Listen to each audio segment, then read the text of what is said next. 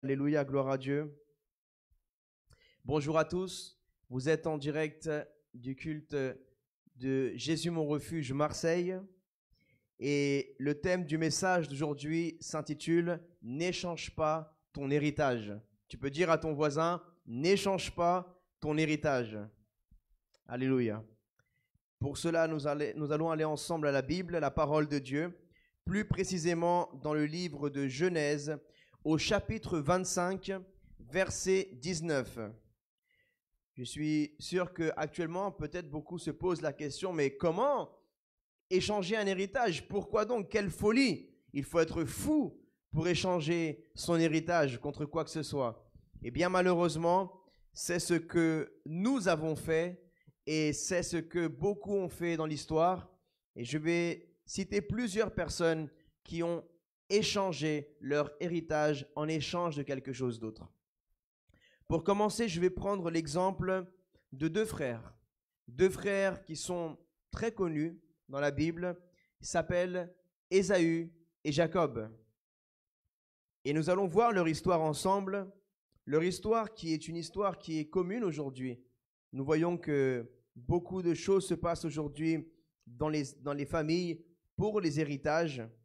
Et là, nous allons aller dans les profondeurs de la parole de Dieu pour comprendre qu'est-ce qu'il s'est passé dans la tête de Ésaü qu'il a été prêt à échanger son héritage.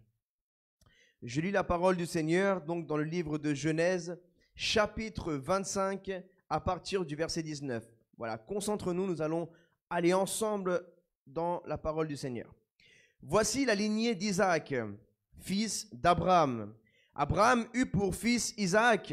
Isaac était âgé de 40 ans quand il prit pour femme Rebecca, qui était la fille de Bethuel, l'araméen de Padan-Aram, et la sœur de Laban, l'araméen. Isaac supplia l'Éternel pour sa femme car elle était stérile, et l'Éternel l'exauça. Sa femme Rebecca tomba enceinte. Les enfants se heurtaient à l'intérieur d'elle, et elle dit: si telle est la situation, pourquoi suis-je enceinte? Elle alla consulter l'Éternel, et l'Éternel lui dit: il y a deux nations dans ton ventre, et deux peuples issus de toi se sépareront. Un de ces peuples sera plus fort que l'autre, et le plus grand sera asservi au plus petit. Le moment où elle devait accoucher arriva, et voici qu'il y avait des jumeaux dans son ventre. Le premier sortit roux, et tout couvert de poils, comme un manteau. On l'appela Ésaü. Ensuite sortit son frère, dont la main tenait le talon d'Ésaü. On l'appela Jacob. Isaac était âgé de 60 ans à leur naissance. Ses enfants grandirent. Ésaü devint un habile chasseur, un homme de la campagne, alors que Jacob était un homme tranquille qui restait sous les tentes. Isaac aimait Ésaü parce qu'il lui amenait du gibier. Et Rebecca aimait Jacob. Tandis que Jacob faisait cuire un potage, Ésaü revint des champs, accablé de fatigue. Ésaü dit à Jacob: laisse-moi manger de ce roux, de ce plat roux, car je suis fatigué. C'est pour cela qu'on a donné à Ésaü le nom d'Édom. Jacob répondit: vends-moi aujourd'hui ton droit d'aînesse. Ésaü répondit: je vais mourir, à quoi me sert ce droit d'aînesse? Jacob dit: jure-le-moi d'abord. Il le lui jura. Il vendit son droit d'aînesse à Jacob. Alors Jacob donna du pain et du potage de lentilles à Ésaü. Il mangea et but, puis se leva et s'en alla. C'est ainsi qu'Ésaü méprisa le droit d'aînesse. Acclamons la parole de Dieu, s'il vous plaît. Acclame la parole du Seigneur, la parole de vie. Aujourd'hui, le Seigneur veut nous parler à nous tous. Parce qu'en vérité, nous sommes tous là peut-être déjà en train de critiquer Ésaü. Laissons Ésaü tranquille. Aujourd'hui, ce n'est pas Ésaü le concerné, c'est toi et moi. Dis à ton voisin, c'est toi qui es concerné aujourd'hui. Aujourd'hui, nous ne parlons pas de l'héritage d'Ésaü. Nous parlons de ton héritage de notre héritage que nous avons reçu. Et si Dieu a permis que nous ayons dans la Bible l'exemple de cet événement qui s'est produit il y a plusieurs milliers d'années, c'est justement pour ne pas commettre la même erreur que Ésaü a commis envers Jacob. Nous allons analyser ensemble la vie de ces deux personnages. Nous voyons d'un côté Ésaü qui est le fils aîné, lorsqu'on appelle le droit d'aînesse. Le droit d'aînesse est quelque chose qui revient de droit au fils aîné. C'est un héritage qui est l'héritage le plus important du père qui revient au fils premier-né. Et nous voyons que dès la naissance, Jacob était quelqu'un qui arrachait sa bénédiction, alors qu'il n'était même pas encore sorti du ventre de sa maman. Il était déjà en train de tenir le talon de son grand frère pour dire « Attends, je ne vais pas lâcher ma bénédiction comme ça. » Et toi aussi, dans la vie, tu dois être comme cela. Même si peut-être l'ennemi t'a volé des choses dans ta vie, tu ne dois pas abandonner, mais tu dois attraper le talon de Satan, tu dis reviens ici, au nom de Jésus, tu me rends ce que tu as voulu me voler toutes ces années. Amen. Nous voyons ici Ésaü, un homme qui était un chasseur, un homme qui courait derrière le gibier. Beaucoup d'hommes ici couraient derrière les gibiers aussi. Beaucoup de femmes couraient derrière le gibier. Le gibier représente les choses de ce monde, les plaisirs de ce monde, le péché. Nous tous, nous étions comme Ésaü. Pendant toutes ces années de notre vie, nous avons couru derrière le gibier de l'argent, derrière le gibier de la gloire de ce monde. Nous courions derrière le gibier des vanités, des plaisirs, de l'impureté, de toutes ces vanités de ce monde. Et Ésaü était quelqu'un qui ne savait pas se poser tranquillement. Il n'était pas quelqu'un, il était toujours en activité. Il n'avait jamais le temps de se poser les questions existentielles. Il était toujours à la chasse, à gauche, à droite. Il était toujours loin de la tente de ses parents. Par contre, Jacob, lui, était différent. La Bible dit que Jacob restait toute la journée, tous les jours, sous la tente de ses parents. Rappelez-vous, la tente est aussi représentée à l'époque de Moïse comme le lieu où demeurait la présence de Dieu.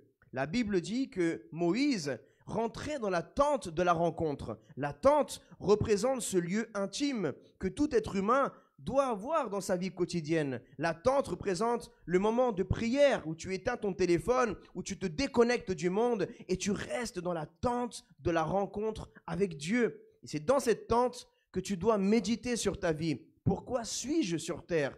Quelle est ma mission sur terre? Où vais-je aller après la mort pour l'éternité? Et Jacob avait le temps de se poser ces questions. J'imagine Jacob assis en train de voir son frère courir à droite et à gauche. Là-bas, il le voyait courir derrière le gibier. Et il disait, Ésaü court toujours derrière le gibier alors qu'il a un grand héritage. Il ne valorise même pas l'héritage qu'il a et il est en train de courir vers des gibiers alors qu'il a tout l'héritage de son père. Et vous et moi, c'est pareil. On a un héritage en Dieu, notre Créateur, qui est bien plus qu'un créateur, qui est bien plus qu'un simple Dieu. Il est notre Père céleste merveilleux. Et si aujourd'hui nous acceptons la paternité de Dieu, donc cela veut dire que nous sommes appelés fils et filles de Dieu. Nous ne sommes plus simplement des créatures de Dieu. Nous ne sommes plus simplement une création de Dieu. Nous sommes des enfants qui avons l'ADN de Dieu, l'ADN de l'amour, l'ADN du pardon, l'ADN de la miséricorde, l'ADN de l'humilité, l'ADN du partage, l'ADN de toutes les choses positives de la vie. Et Jacob était quelqu'un de très intelligent, il méditait, très sage. Il réfléchissait et il voyait son frère Ésaü en train de courir à droite et à gauche tous les jours. Mais lui, il se posait les bonnes questions. Et il disait, mais à quoi me sert d'avoir des lentilles? À quoi me sert d'avoir un gibier si je n'ai pas l'héritage de mon ancêtre Abraham? Jacob, à force de méditer, il avait compris qu'il y avait un mystère, il y avait une puissance, il y avait une révélation, il y avait quelque chose de très grand dans ce que Dieu avait promis à son grand-père Abraham. Parce que Jacob est le petit-fils d'Abraham.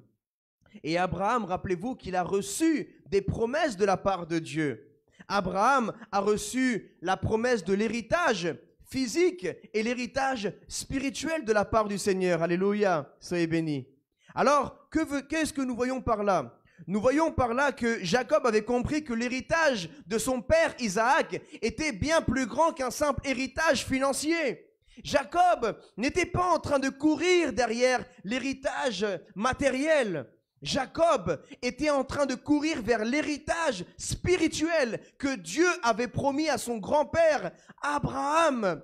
Et il avait lu et médité la parole de Dieu, les promesses. J'imagine qu'à l'époque, il n'y avait pas la Bible comme aujourd'hui. Il y avait peut-être des petites écritures par-ci par-là. Ils se souvenaient des promesses que leur grand-père Abraham avait reçues. Abraham avait dû noter les promesses que Dieu lui avait données. Comme vous, j'imagine, lorsque vous notez les paroles que vous recevez de la part de Dieu dans votre petit cahier, dans votre Bible ou dans votre smartphone.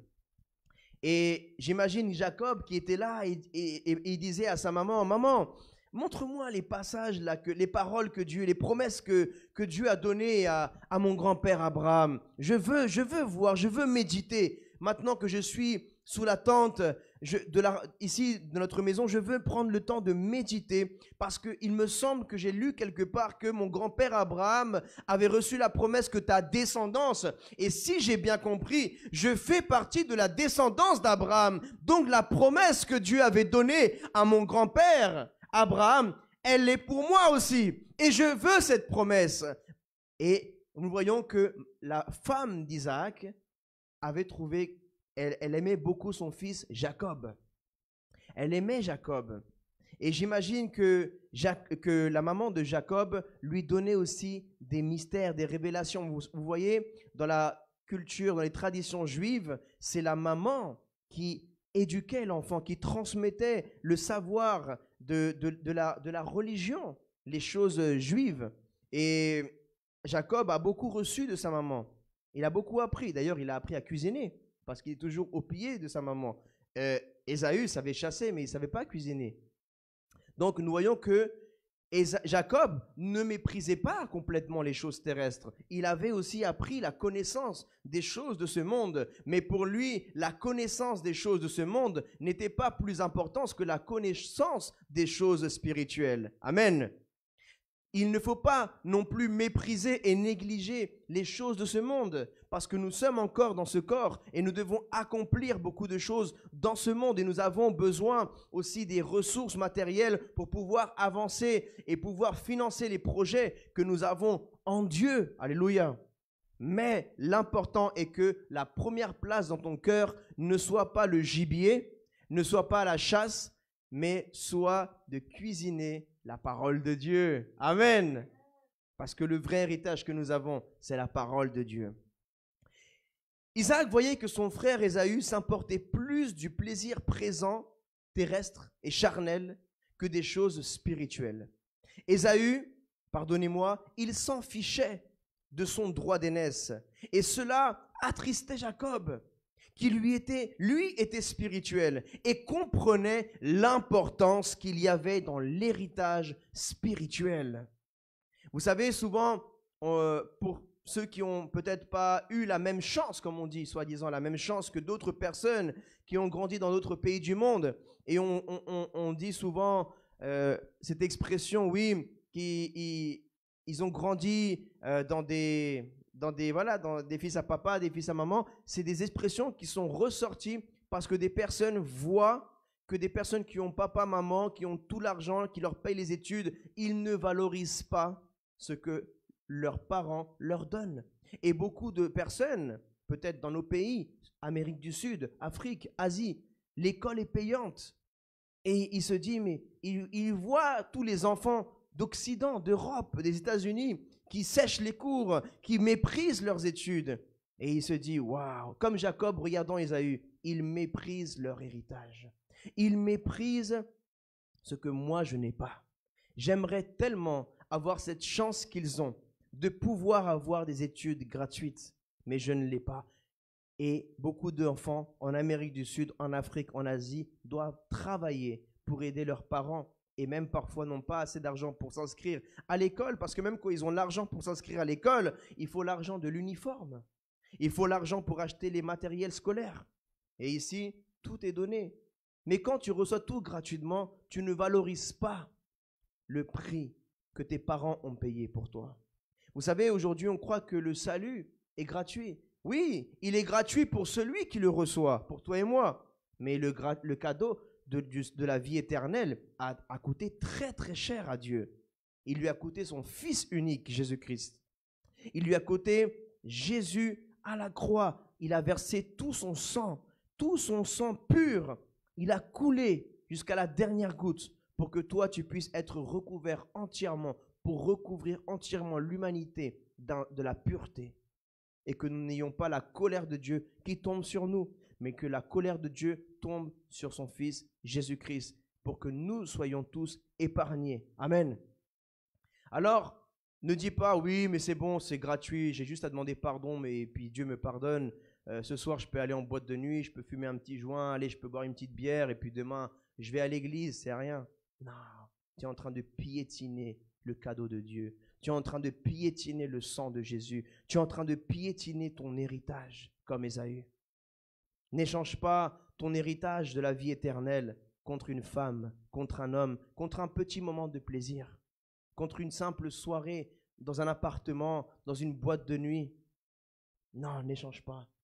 N'échange pas contre, peut-être tu es en besoin d'argent et on te propose des affaires, de trafiquer de la drogue, de vendre, de voler. Et toi, tu as des principes en Dieu. Tu te dis, non, mais la drogue, ça tue des personnes. C'est pas bien devant Dieu. Ça attriste le cœur de Dieu. Et voler, je ne peux pas voler à mon prochain parce que la Bible dit, tu ne feras pas à ton prochain ce que tu ne veux pas qu'on te fasse à toi. Tu aimeras ton prochain comme toi-même. Et tu as la connaissance de Dieu et de la parole de Dieu, mais tu vois que tu n'arrives pas à avoir beaucoup d'argent dans ta vie. Et là, tu es tenté d'échanger ton héritage contre le péché de ce monde, contre un plat de lentilles. Hier, on rigolait avec Moussa qui vient du Sénégal, et il nous a dit que le plat de son pays, c'est le mafé. Et je lui prenais l'exemple et c'est comme si aujourd'hui, on lui proposait de changer son héritage de ses parents contre un plat de mafé. Tu l'aurais fait? Non. Même pas Moussa, il l'aurait fait. Mais pourtant, Ésaü l'a fait. Mais pourtant, vous et moi, nous l'avons fait pendant beaucoup d'années, avant de venir au pied de Dieu, avant de nous repentir. Nous avons échangé notre héritage de la présence de Dieu, de la prière, de la sainteté, contre des moments de plaisir. Ça prend combien de minutes de manger un plat de lentilles? Ça prend combien de minutes de manger un plat de mafé? Et pourtant, Ésaü, il a dit, ça me sert à quoi mon héritage si je peux pas en prendre, si je meurs maintenant, j'ai faim. Il a pensé au moment présent. Il n'a pas pensé que son héritage pouvait lui servir dans le futur quand il allait se marier, quand il allait avoir des enfants. Il n'a pas pensé à cela. Et vous et moi, souvent nous sommes comme Ésaü. Nous avons un moment de plaisir pendant quelques instants avec une femme, avec un homme, où le diable, le shaitan, te propose pardonnez-moi, je emploie cette expression pour que vous compreniez clairement, de coucher avec le diable, un homme, une femme, parce que quand tu couches avec une femme qui n'est pas ta femme, ou avec un homme qui n'est pas ton mari, qui n'est pas ton homme, c'est comme si tu couches avec le diable. C'est comme ça. C'est une abomination. On peut dire même berk. Oui, tu as raison de dire berk. C'est dégoûtant. Et pourtant, nous le faisons. Nous avons péché devant Dieu, mes frères et sœurs. C'est ça le vrai évangile. Le vrai évangile, c'est pas de dire simplement dehors, ils sont des pécheurs. Ici aussi, on a péché nous aussi. Et on doit se repentir. Dis à ton voisin, tu dois aussi te repentir. Parce que on est habitué à dire à notre voisin, Dieu va te bénir, alléluia. Et là, ton voisin te regarde en souriant, amen, je reçois. Maintenant, quand ton voisin te regarde, te dit, tu dois te repentir. Là, tu ne dis pas, je reçois. Dis, je reçois. Plus fort. Je reçois. Reçois la repentance. Reçois l'onction de la repentance dans ta vie. Ésaü aurait dû se repentir. Il avait le temps de se repentir. Son frère lui a insisté plusieurs fois. Il a dit, t'es sûr, Ésaü? Jure-le-moi. Alors qu'il savait que la Bible dit, tu ne jureras pas. Tu ne dois pas jurer. Pourtant, il a juré. Je jure que je te donne mon héritage si tu me donnes ton plat de lentilles en échange. Et il a échangé. Et en plus, ça lui a rien fait du tout. Il ne s'est même pas repenti. Pendant que son frère terminait de préparer, de mettre les derniers piments, de bien servir le plat, il aurait pu avoir quelques instants de réflexion et de dire, qu'est-ce que je suis en train de faire? Ça t'est jamais arrivé d'être avec un moment où tu es face à une tentation, que tu vas tomber dans le péché? Et combien de fois, j'espère que ça vous a arrivé aussi, que ça nous arrive à nous les croyants, qu'on dit, waouh, qu'est-ce que je vais faire là? Qu'est-ce que je m'apprête à faire? Qu'est-ce que je suis en train de faire? Seigneur, donne-moi la force de fuir. Parce que quand tu n'as plus la force, tu dois fuir le péché. Le péché, tu ne peux pas l'affronter. Tu dois le fuir. Tu dois le fuir. Fuyez l'impudicité, dit la Bible. Fuyez la fornication. Fuyez l'adultère. Fuyez le mensonge. Fuyez les perversions de ce monde. Fuyez. Ne joue pas avec le diable. Ne flirte pas avec le diable. Tu dois fuir. Cours pour ton âme. Cours pour sauver ton âme. Cours pour l'héritage de la vie éternelle en Dieu.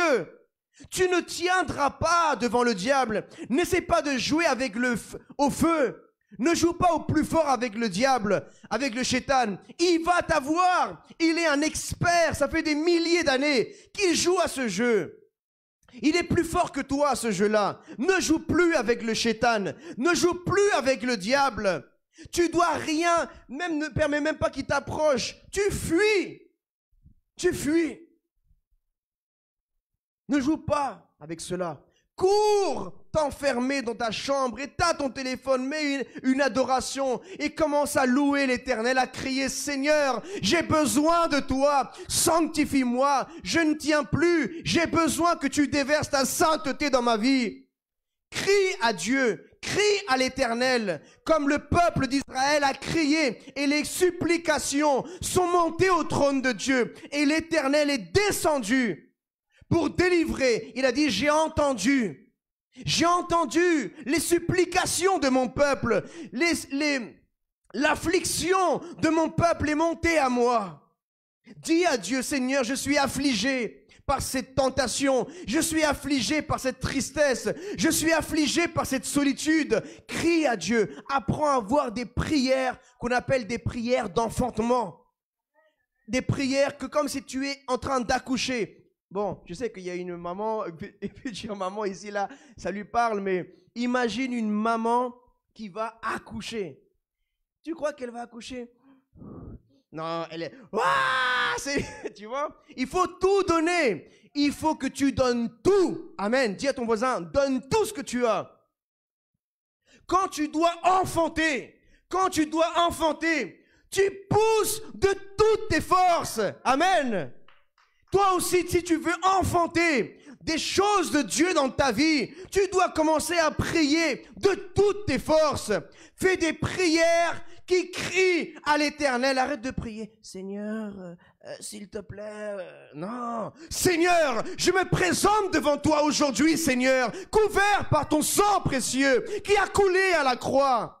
Je refuse d'abandonner. Je me lève, Seigneur, pour ta sainteté. Je me consacre à toi, Seigneur. Je me repens de tout mon cœur. Amen. Prie comme un guerrier. Prie comme une guerrière.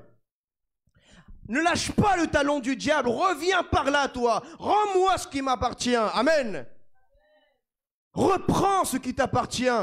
Le diable t'a volé ta joie. Le diable t'a volé ta paix. Le diable t'a volé ton mariage. Le diable t'a volé tes finances. Le diable t'a volé ta santé. Et toi, tu es là. Si tu veux bien, Seigneur, si c'est ta volonté. Ah, parce que tu crois que la volonté de Dieu, c'est que tu vives dans la ruine. Tu crois que la volonté de Dieu, c'est que tu vives dans le malheur. Tu crois que le plan parfait de Dieu pour toi, c'est la maladie, c'est la solitude. La Bible dit, il n'est pas bon pour l'homme d'être seul. Il n'est pas bon pour l'homme et même pour la femme d'être seul. Dieu a créé les cieux et la terre. Quand il créait la terre et les animaux, les montagnes, toute la végétation, il dit, il trouva que c'était bon. Dieu vit que c'était bon. Et quand il voit que c'est bon, il veut laisser comme ça. Mais par contre, quand il a créé l'homme, il a laissé comme ça, il a dit, là, c'est pas bon. Il n'est pas bon que l'homme soit seul. Je veux lui donner une aide semblable. Amen. Donc, quand quelque chose, il c'est pas bon, il va changer et il va l'améliorer. Donc, toi, ta maladie, tu veux la garder. Ça veut dire que toi, tu crois que Dieu te regarde, il te voit malade, tu dis, ça, c'est bon. Et Dieu vit que c'était bon de te laisser malade. Tu crois que Dieu, il te voit malade, il dit, et Dieu vit que c'était bon de la laisser mourir, de la laisser malade, de la laisser seule, de le laisser dans les problèmes de son foyer, de le laisser dans ses problèmes de ses finances. Et Dieu vit que c'était bon. Non, Dieu vit que ce n'était pas bon. Dieu vit qu'il n'est pas bon de laisser cette femme malade. Dieu vit qu'il n'est pas bon de laisser cet homme malade. Dieu vit qu'il n'est pas bon de laisser dans les ruines, dans la tristesse, dans la solitude. Toi-même, tu as l'autorité de Dieu en toi. C'est fini le temps où tu n'avais aucune autorité. En Adam, tu avais l'héritage de Adam. C'était tout le péché, la tristesse, la ruine, la solitude, la séparation de Dieu. Aucune autorité. Parce que le diable avait échangé son autorité, sa domination de la terre. Il l'a échangé contre le fruit défendu de la connaissance du bien et du mal. Donc, avant de venir à Jésus, tu n'avais pas d'autorité spirituelle. Mais en Jésus-Christ, tu as récupéré ton autorité spirituelle. Parce que Jésus est le deuxième Adam qui a repris au Shétan, qui a repris au diable ce que le diable avait volé à son premier Adam. L'héritage. Maintenant que tu es en Jésus-Christ, la Bible dit, ce n'est plus moi qui vis, c'est Christ qui vit en moi. Amen. Donc, Christ a dit, toute autorité m'a été donnée dans le ciel et sur la terre. Au nom de Jésus-Christ, tu as l'autorité de parler à Satan et de lui donner des ordres. Je t'ordonne que tu lâches ma femme. Je t'ordonne que tu lâches mon mari. Je t'ordonne que tu lâches mes finances. Je t'ordonne que tu lâches mes émotions. Je t'ordonne, tu as le droit de donner des ordres au diable, à tous les djinns, à tous les démons. Pourquoi? Parce que Dieu vit en toi. Parce que tu as l'ADN de ton Père, Dieu céleste. C'est l'ADN de l'autorité, l'ADN de la royauté. Tu es une reine, tu es un roi. Parce que Jésus, il est le roi des rois. Et on pourrait dire qu'il est le roi des reines aussi. Acclame le Seigneur Jésus, le roi des rois. Donc Jacob, il regardait son frère qui s'en fichait de son héritage. Il ne voulait pas suivre la lignée des hommes de Dieu. Son grand-père Abraham, un homme de Dieu appelé le père de la foi. Son père Isaac, un homme de foi également. Et là, il voyait que l'héritage allait maintenant se diviser. Il dit, mais qu'est-ce qui va se passer? Si Ésaü garde l'héritage, il va en faire et il n'y aura plus de descendance. L'héritage va s'arrêter là. Il faut que je trouve une solution. Alors, il lui a offert ce plat de lentilles. Et vous voyez, il est écrit dans la lettre de Colossiens. Allons ensemble. Lettre des Colossiens au chapitre 3, verset 2. Et ça, c'est typiquement l'exemple de Ésaü et de Jacob. Il est écrit, « Attachez-vous aux réalités d'en haut et non à celles qui sont sur la terre. » En gros, Ésaü était attaché aux réalités d'en bas, aux réalités terrestres. Mais Jacob était attaché aux choses d'en haut, aux réalités d'en haut. Ma question pour toi aujourd'hui, à quelle réalité es-tu attaché, mon ami? Es-tu attaché à la réalité d'en bas, de la terre? Ou même la réalité de encore plus bas, qui est l'enfer? Ou bien es-tu attaché à la réalité d'en haut, le ciel? Et en plus, il ne dit pas à la réalité, il dit aux réalités. Il y a plusieurs réalités. Mais en vérité, il ne faut pas s'attacher à une réalité. Il faut s'attacher à la vérité. Amen. Parce que Jésus, ce n'est pas le chemin, la réalité et la vie. Jésus, c'est le chemin, la vérité et la vie. Ce que tu vis, c'est une réalité. Oui, ta maladie, c'est une réalité terrestre. Ton divorce, c'est une réalité terrestre. Tes problèmes avec tes enfants, c'est une réalité terrestre. Tes problèmes financiers, oui, c'est une réalité terrestre. mais ce n'est pas une réalité céleste. La réalité céleste, c'est que dans le ciel, il n'y a pas de maladie. La réalité céleste, c'est que dans le ciel, il n'y a pas de divorce. La réalité céleste, c'est que dans le ciel, il n'y a pas de ruine. Il n'y a que la prospérité. La réalité céleste, c'est que dans le ciel, il n'y a que la joie. Il n'y a pas de tristesse et de solitude. La réalité d'en haut, c'est qu'il n'y a pas de dépression. Alors pourquoi tu t'attaches tant à cette réalité d'en bas qui est ta dépression? Pourquoi tu t'attaches à cette dépression? Pourquoi tu t'attaches à cette tristesse? Pourquoi tu t'attaches à cette solitude? Pourquoi tu t'attaches à ça? Détache-toi de cette fausse réalité. Attache-toi à la vérité qui est Jésus. La vérité, c'est que tu as été guéri par ces meurtrissures. Ça, c'est la vérité. Comme diraient mes amis africains, c'est ça qui est la vérité. Amen Moussa, c'est ça qui est la vérité. C'est ça. La vérité, c'est Jésus. La vérité, c'est que Jésus veut te guérir. Rappelez-vous, lorsque Jésus était sur terre, il allait voir les aveugles. Les aveugles, ils pouvaient dire, mais il se fiche de moi, lui. Parce que Jésus, quand il venait face à un aveugle, il disait, que veux-tu que je fasse pour toi? Et c'est comme s'il voit un aveugle et dit, Jésus, tu es en train de te moquer de moi là. Tu vois que je suis aveugle, j'ai besoin d'une guérison de mes yeux. Pourquoi tu me poses la question? Tu es en train de me foutre la honte là devant tout le monde. Non. Jésus était en train de dire, est-ce que tu veux vraiment t'attacher à ma vérité ou tu veux continuer à t'attacher à ta fausse réalité que tu es aveugle? Et quand les aveugles disaient, je veux que tu me redonnes la vue, je veux voir, je veux remarcher, je veux. Ah, tu veux? Ok, je vais te guérir parce que tu le veux. Aujourd'hui, ma question, c'est est-ce que tu veux vraiment t'en sortir? Pose la question à ton voisin. Dis-lui, est-ce que tu veux vraiment t'en sortir? Est-ce que tu veux vraiment que Dieu restaure ton foyer? Est-ce que tu veux vraiment trouver l'homme que Dieu a pour toi, la femme que Dieu a pour toi? Est-ce que tu le veux vraiment?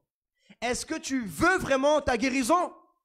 Est-ce que tu veux vraiment ta restauration financière? Est-ce que tu veux vraiment rentrer dans ton ministère et dans ton appel? Ou est-ce que tu veux t'attacher à ta chaise toutes tes années et rester là, que quand on va revenir à Jésus mon refuge Marseille dans 45 ans, tu seras toujours à la même place et tu n'auras pas évolué? Avec la même maladie, avec les mêmes problèmes, avec les mêmes dettes, avec les mêmes tristesses, même tout. Pourquoi? Parce que tu te seras attaché à une réalité et tu ne t'es pas attaché à l'héritage que Dieu a pour toi. Vous savez, l'héritage, c'est la guérison. Tu as reçu un héritage en Dieu. Jésus te donne aujourd'hui l'héritage, l'autorité de pouvoir guérir les malades, de pouvoir être guéri, de donner l'héritage, de pouvoir être dans l'amour, dans le pardon. Le pardon est un héritage. Ceux qui ne pardonnent pas sont en train de rejeter leur héritage, sont en train de mépriser leur héritage. Quand tu vis dans l'amertume, la tristesse, ça c'est l'héritage du diable. Parce que le diable a hérité de la solitude. En fait, c'est tellement profond. Tu ressens ce que Qui est ton père, vraiment? Qui est ton père? Dieu ou le shaitan, ou le diable? Parce qu'en fait, tu as l'ADN de ton père. Le diable, quand il a été chassé du ciel, qu'est-ce qu'il a été destitué de la gloire de Dieu? Il a perdu l'ADN de Dieu pour avoir maintenant son propre ADN, la solitude, la tristesse. Tout ce que le diable nous fait ressentir, c'est ce que lui, il ressent. Il est seul, abandonné. Il ne peut faire confiance à aucun des démons. Parce que même la Bible nous donne cette révélation. Quand un démon, un djinn, sort d'un corps, il va dans les lieux, dans le monde spirituel. Il appelle ça des lieux arides. Et ils se font tourmenter par des démons plus forts que eux. C'est ça qui dit la Bible. Donc, même entre eux, les démons sont divisés. Ils se font la guerre. Voilà pourquoi des fois tu vois des quartiers contre un autre quartier. Parce qu'il y a des démons qui dominent dans chaque cité différente. Il y a un démon dans la Castellane. Il y a un démon, donne-moi une autre cité de Marseille. Hein? Fontvert. Il y a Bougainville. Il y a des puissances spirituelles. Il y a des démons différents. Et quand les démons se rencontrent, qu'est-ce que veut le shaitan, le diable? Il veut tuer, égorger, voler. Ils veulent se tuer, démon contre démon. Et ils veulent se tuer. Ils se donnent la mort. Parce que chaque fois qu'un démon réussit à donner la mort à un de ses corps dans lequel il habite, il monte de niveau spirituel. Est-ce que tu savais ça, toi? Chaque fois qu'un démon, il réussit que le corps dans lequel il habite, il se suicide ou il se tue ou qu'il tue quelqu'un, il monte de niveau spirituel. Mais nous, en Jésus-Christ, qu'est-ce qui nous fait monter dans le niveau spirituel? C'est tout le contraire. À chaque fois que tu donnes la vie à quelqu'un, à chaque fois que tu gagnes quelqu'un pour Jésus, à chaque fois que tu marches dans la sainteté, dans l'obéissance, dans la soumission, tu montes dans les niveaux spirituels. Voilà pourquoi on voit dans la parole de Dieu qu'il y avait des disciples de Jésus. Ils ont voulu chasser des démons, mais leur vie n'était pas en règle. Et c'est les démons qui les ont tapés et qui les ont chassés. Ils sont partis en courant parce que ces personnes-là ne vivaient pas dans le jeûne et la prière. Et pourquoi? Tu me dis, ah mais c'est pas parce que tu pries pas, tu jeûnes pas que tu n'es pas en sainteté. Eh bien si, parce que qui peut se sanctifier ici? Tu peux te sanctifier tout seul? Tu peux te sanctifier tout seul, comment tu fais? Comme j'ai dit hier, avec du savon marseillais. Tu vas faire les ablutions avec de l'eau, du savon. Et dans le monde spirituel, tu continues. Comme j'ai dit ici, tu assassines quelqu'un. Tu as encore du sang dans les mains. Tu as beau te frotter avec du savon marseillais, tu auras toujours du sang dans les mains devant Dieu. Ce n'est pas de l'eau qui va te purifier. L'eau est une réalité d'en bas. Ton âme est une réalité d'en haut. Donc tu as besoin d'une réalité d'en haut pour te purifier ton âme. Oui, peut-être de l'eau, les ablutions, peut te purifier ton corps. Tu nettoies, ça sent bon après. Ton corps. Parce que l'eau et le corps, c'est des mêmes réalités terrestres. Mais dans le monde spirituel, tu as besoin du sang de Jésus qui va purifier ton âme. Alors, qu'est-ce que nous voyons par là? Nous voyons que par le jeûne et par la prière, nous nous consacrons.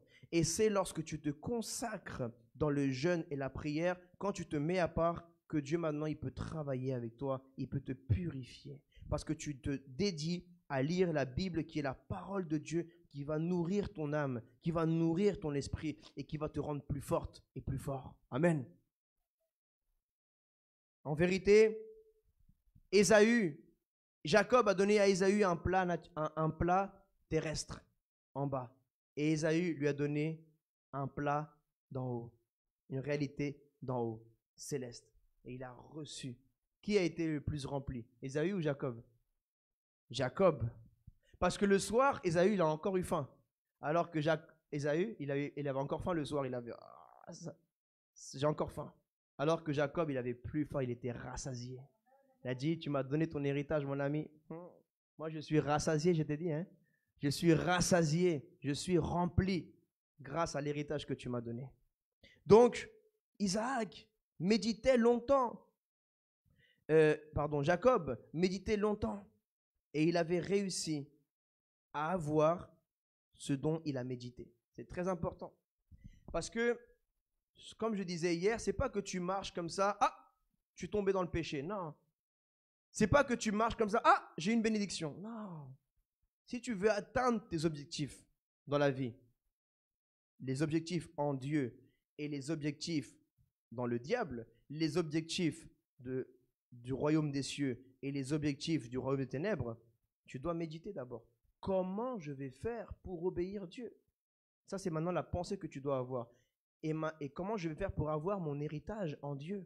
Comment je vais faire pour fuir le péché? Comment je vais faire pour dire à cette femme, à cet homme, je ne peux plus commettre la fornication avec toi parce que désormais la Bible dit, tu préserveras ton corps dans la sainteté. Comment je vais faire pour lui dire? Comment je vais le faire? Tu médites sur des bonnes choses. Comment je vais faire pour me préserver? Comment je vais faire pour rentrer dans mon appel? Comment je vais faire pour prier, pour jeûner? Comment je vais m'organiser? Quand tu médites sur la parole de Dieu. Quand tu médites, tes pensées deviennent une parole et tes paroles deviennent des actes. Mais si tu médites, comment je vais faire ce cambriolage? Tu es en train déjà de méditer, tu es en train de déclarer, tu vas passer à l'action dans les quelques heures qui suivent ou dans les quelques jours qui suivent. Comment je vais faire pour le voler? Comment je vais faire pour le tuer? Je vais l'attendre à tel endroit, à telle heure. Je vais le suivre pendant une semaine. Je vais voir comment il se déplace et je vais le tuer. Tu es en train déjà de méditer les pensées du diable. Et ça, c'est l'héritage du diable. Les pensées, tout ce qui appartient au diable dans ta vie, ça veut dire que ce n'est pas le bon ADN. Tu dois te défaire de ce faux ADN. Je vous ai déjà dit que quelqu'un qui a 2 ADN, c'est un mutant. Toi, tu ne peux pas être un mutant. Soit tu as l'ADN de Dieu, soit tu as l'ADN de diable. Tu ne peux pas... Une source... Est-ce que tu as déjà vu une source où il y a de l'eau douce et il y a de l'eau salée à la fois? Tu as déjà vu? Que tu prends une fois la première bouchée, c'est de l'eau douce, et la deuxième, tu reprends, c'est salé. Ça t'est déjà arrivé? Alors pourquoi tu es comme ça toi aussi? Pourquoi nous, un coup, on maudit quelqu'un, et avec la même bouche, quelques minutes plus tard, on est en train de bénir quelqu'un d'autre? Ou l'inverse, on est à l'église, on est en train avec la même bouche qu'on est en train de glorifier Dieu, on dit, je t'aime mon Dieu, je te glorifie, tu es l'amour de ma vie, je t'aime, envoie-moi où tu veux, je suis ton serviteur, je suis ta servante, me voici devant toi, tu cites des passages bibliques, tu pries même en version Louis II 79. Quand tu sors de l'église, quelqu'un il t'écrase la chaussure et tu l'insultes. Espèce de... Tu viens de tout gâter là. Tout ce que tu avais amassé déjà là, tu l'as jeté par la fenêtre, juste devant l'église là. Quand tu sors et que tu maudis, que tu tombes dans le péché de la parole, ta bouche qui sert pour adorer Dieu, avec cette même bouche, tu es en train de maudire, de donner la mort, alors que ta bouche, elle sert à donner la vie. Si vraiment ta bouche appartient à Dieu, laisse que Dieu utilise ta bouche, laisse que Dieu utilise tes mains, laisse que Dieu utilise tes pieds, qui te mènent vers des endroits de sainteté pour écouter la parole de Dieu, que tes pieds te mènent à des endroits pour travailler honnêtement, que tes pieds te mènent vers des endroits pour faire du bien et non pas vers des endroits pour faire du mal. Que tes mains ne servent pas à enlever la vie à quelqu'un, mais plutôt à donner la vie à quelqu'un. Que tes mains ne servent pas à blesser quelqu'un, mais que tes mains servent à guérir quelqu'un. Que ta bouche ne sert pas à détruire quelqu'un, ton mari, ta femme, tes enfants, tes parents, mais que ta bouche sert à relever ta femme, à relever ton mari, à relever tes enfants, à relever tes parents. Amen. Acclame le Seigneur. On pourrait parler des heures, voire des jours des héritages, parce qu'il y a tellement d'héritages. L'héritage, c'est quelque chose qui est tellement profond. L'héritage, c'est le Saint-Esprit. L'onction est un héritage. L'onction des serviteurs de Dieu, des servants de Dieu, est un héritage. Le Saint-Esprit est l'héritage que nous avons reçu par Jésus-Christ. Quand je me suis donné à Dieu, j'ai médité entre l'islam, le christianisme et le judaïsme. Et j'ai longtemps médité. J'ai lu les livres du Tanakh, de l'Ancien Testament. J'ai lu l'histoire de Moïse. J'ai lu le Coran, des sourates, des hadiths. J'ai analysé l'histoire de Mohammed. J'ai vu les paroles de Jésus qui connaissent comme Issa, ou en hébreu ils le connaissent comme Yeshua. J'ai lu, j'ai regardé. J'ai vu une différence. Il y a un héritage que Jésus peut te donner, mais Mohamed et Moïse, ils ne pourront jamais te donner. C'est le Saint-Esprit. Dans l'islam et dans le judaïsme, il n'y a pas l'héritage du Saint-Esprit. Tu ne connais même pas, c'est quoi le Saint-Esprit? Il va te dire, c'est quoi Saint-Esprit? C'est quoi l'Esprit de Dieu? Il ne connaît pas. Il connaît que la loi, fais ci, fais ça. Fais des points, va là-bas, pèlerinage, enfer, paradis. Il n'y a pas le Saint-Esprit. Alors que l'Esprit de Dieu, c'est ce qui il vit en toi. Maintenant, quand tu vas commettre un péché, tu ne vas plus dire, ah, mais si je fais ça, je vais en enfer. Je perds des points, après il faut que je récupère des points. Non, avec Dieu, ce n'est pas une question de points. Avec Dieu, c'est Seigneur, ton esprit habite en moi. Si je commets ce péché, je vais t'attrister, mon Dieu. Et je ne veux pas que tu t'attristes. Reste ici. Parce que ton corps, maintenant, comme je dis, Dieu, il n'habite pas dans ces murs. L'église, ce n'est pas ces murs-là. L'église, c'est toi le corps. C'est ton corps que Dieu veut habiter.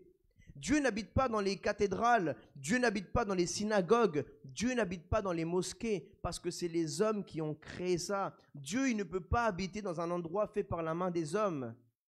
Dieu, il veut habiter dans ton cœur, dans ton corps. Alors quand tu donnes ton corps ou ton cœur à des mauvaises choses, tu dois dire, si je fais ça, peut-être l'Esprit de Dieu, il va tellement se rendre triste qu'il va finir par me quitter. Et si l'Esprit de Dieu s'en va de toi, c'est que tu n'es pas sauvé. Que tu vas en enfer. Parce que c'est le Saint-Esprit de Dieu qui est la vie quand il demeure en toi. Voilà pourquoi on dit que Dieu a tant aimé le monde qu'il a donné son Fils. Dieu, il a donné son Fils. Et Jésus, le Fils, il a donné le Saint-Esprit. Il a demandé au Père, Père, donne-leur. Maintenant, c'est bon. Ils sont prêts à recevoir. Comme ils m'ont accepté moi, maintenant, tu peux leur envoyer le Saint-Esprit. Mais si tu n'acceptes pas Jésus comme ton Seigneur, tu ne peux pas recevoir l'héritage du Saint-Esprit. Parce que l'héritage du Saint-Esprit, c'est l'héritage de l'adoption. Adoption. L'adoption s'obtient uniquement quand tu dis « je suis fils, je suis fille ». Maintenant, tu es adopté par Dieu. Mais si tu dis « Dieu n'est pas un père », ça veut dire que tu es un orphelin. Et les orphelins, ils n'ont pas d'héritage. Dis à ton voisin, tu n'es pas un orphelin. Tu n'es pas une orpheline. Tu es une fille de Dieu, tu es un fils de Dieu, tu es un enfant de Dieu.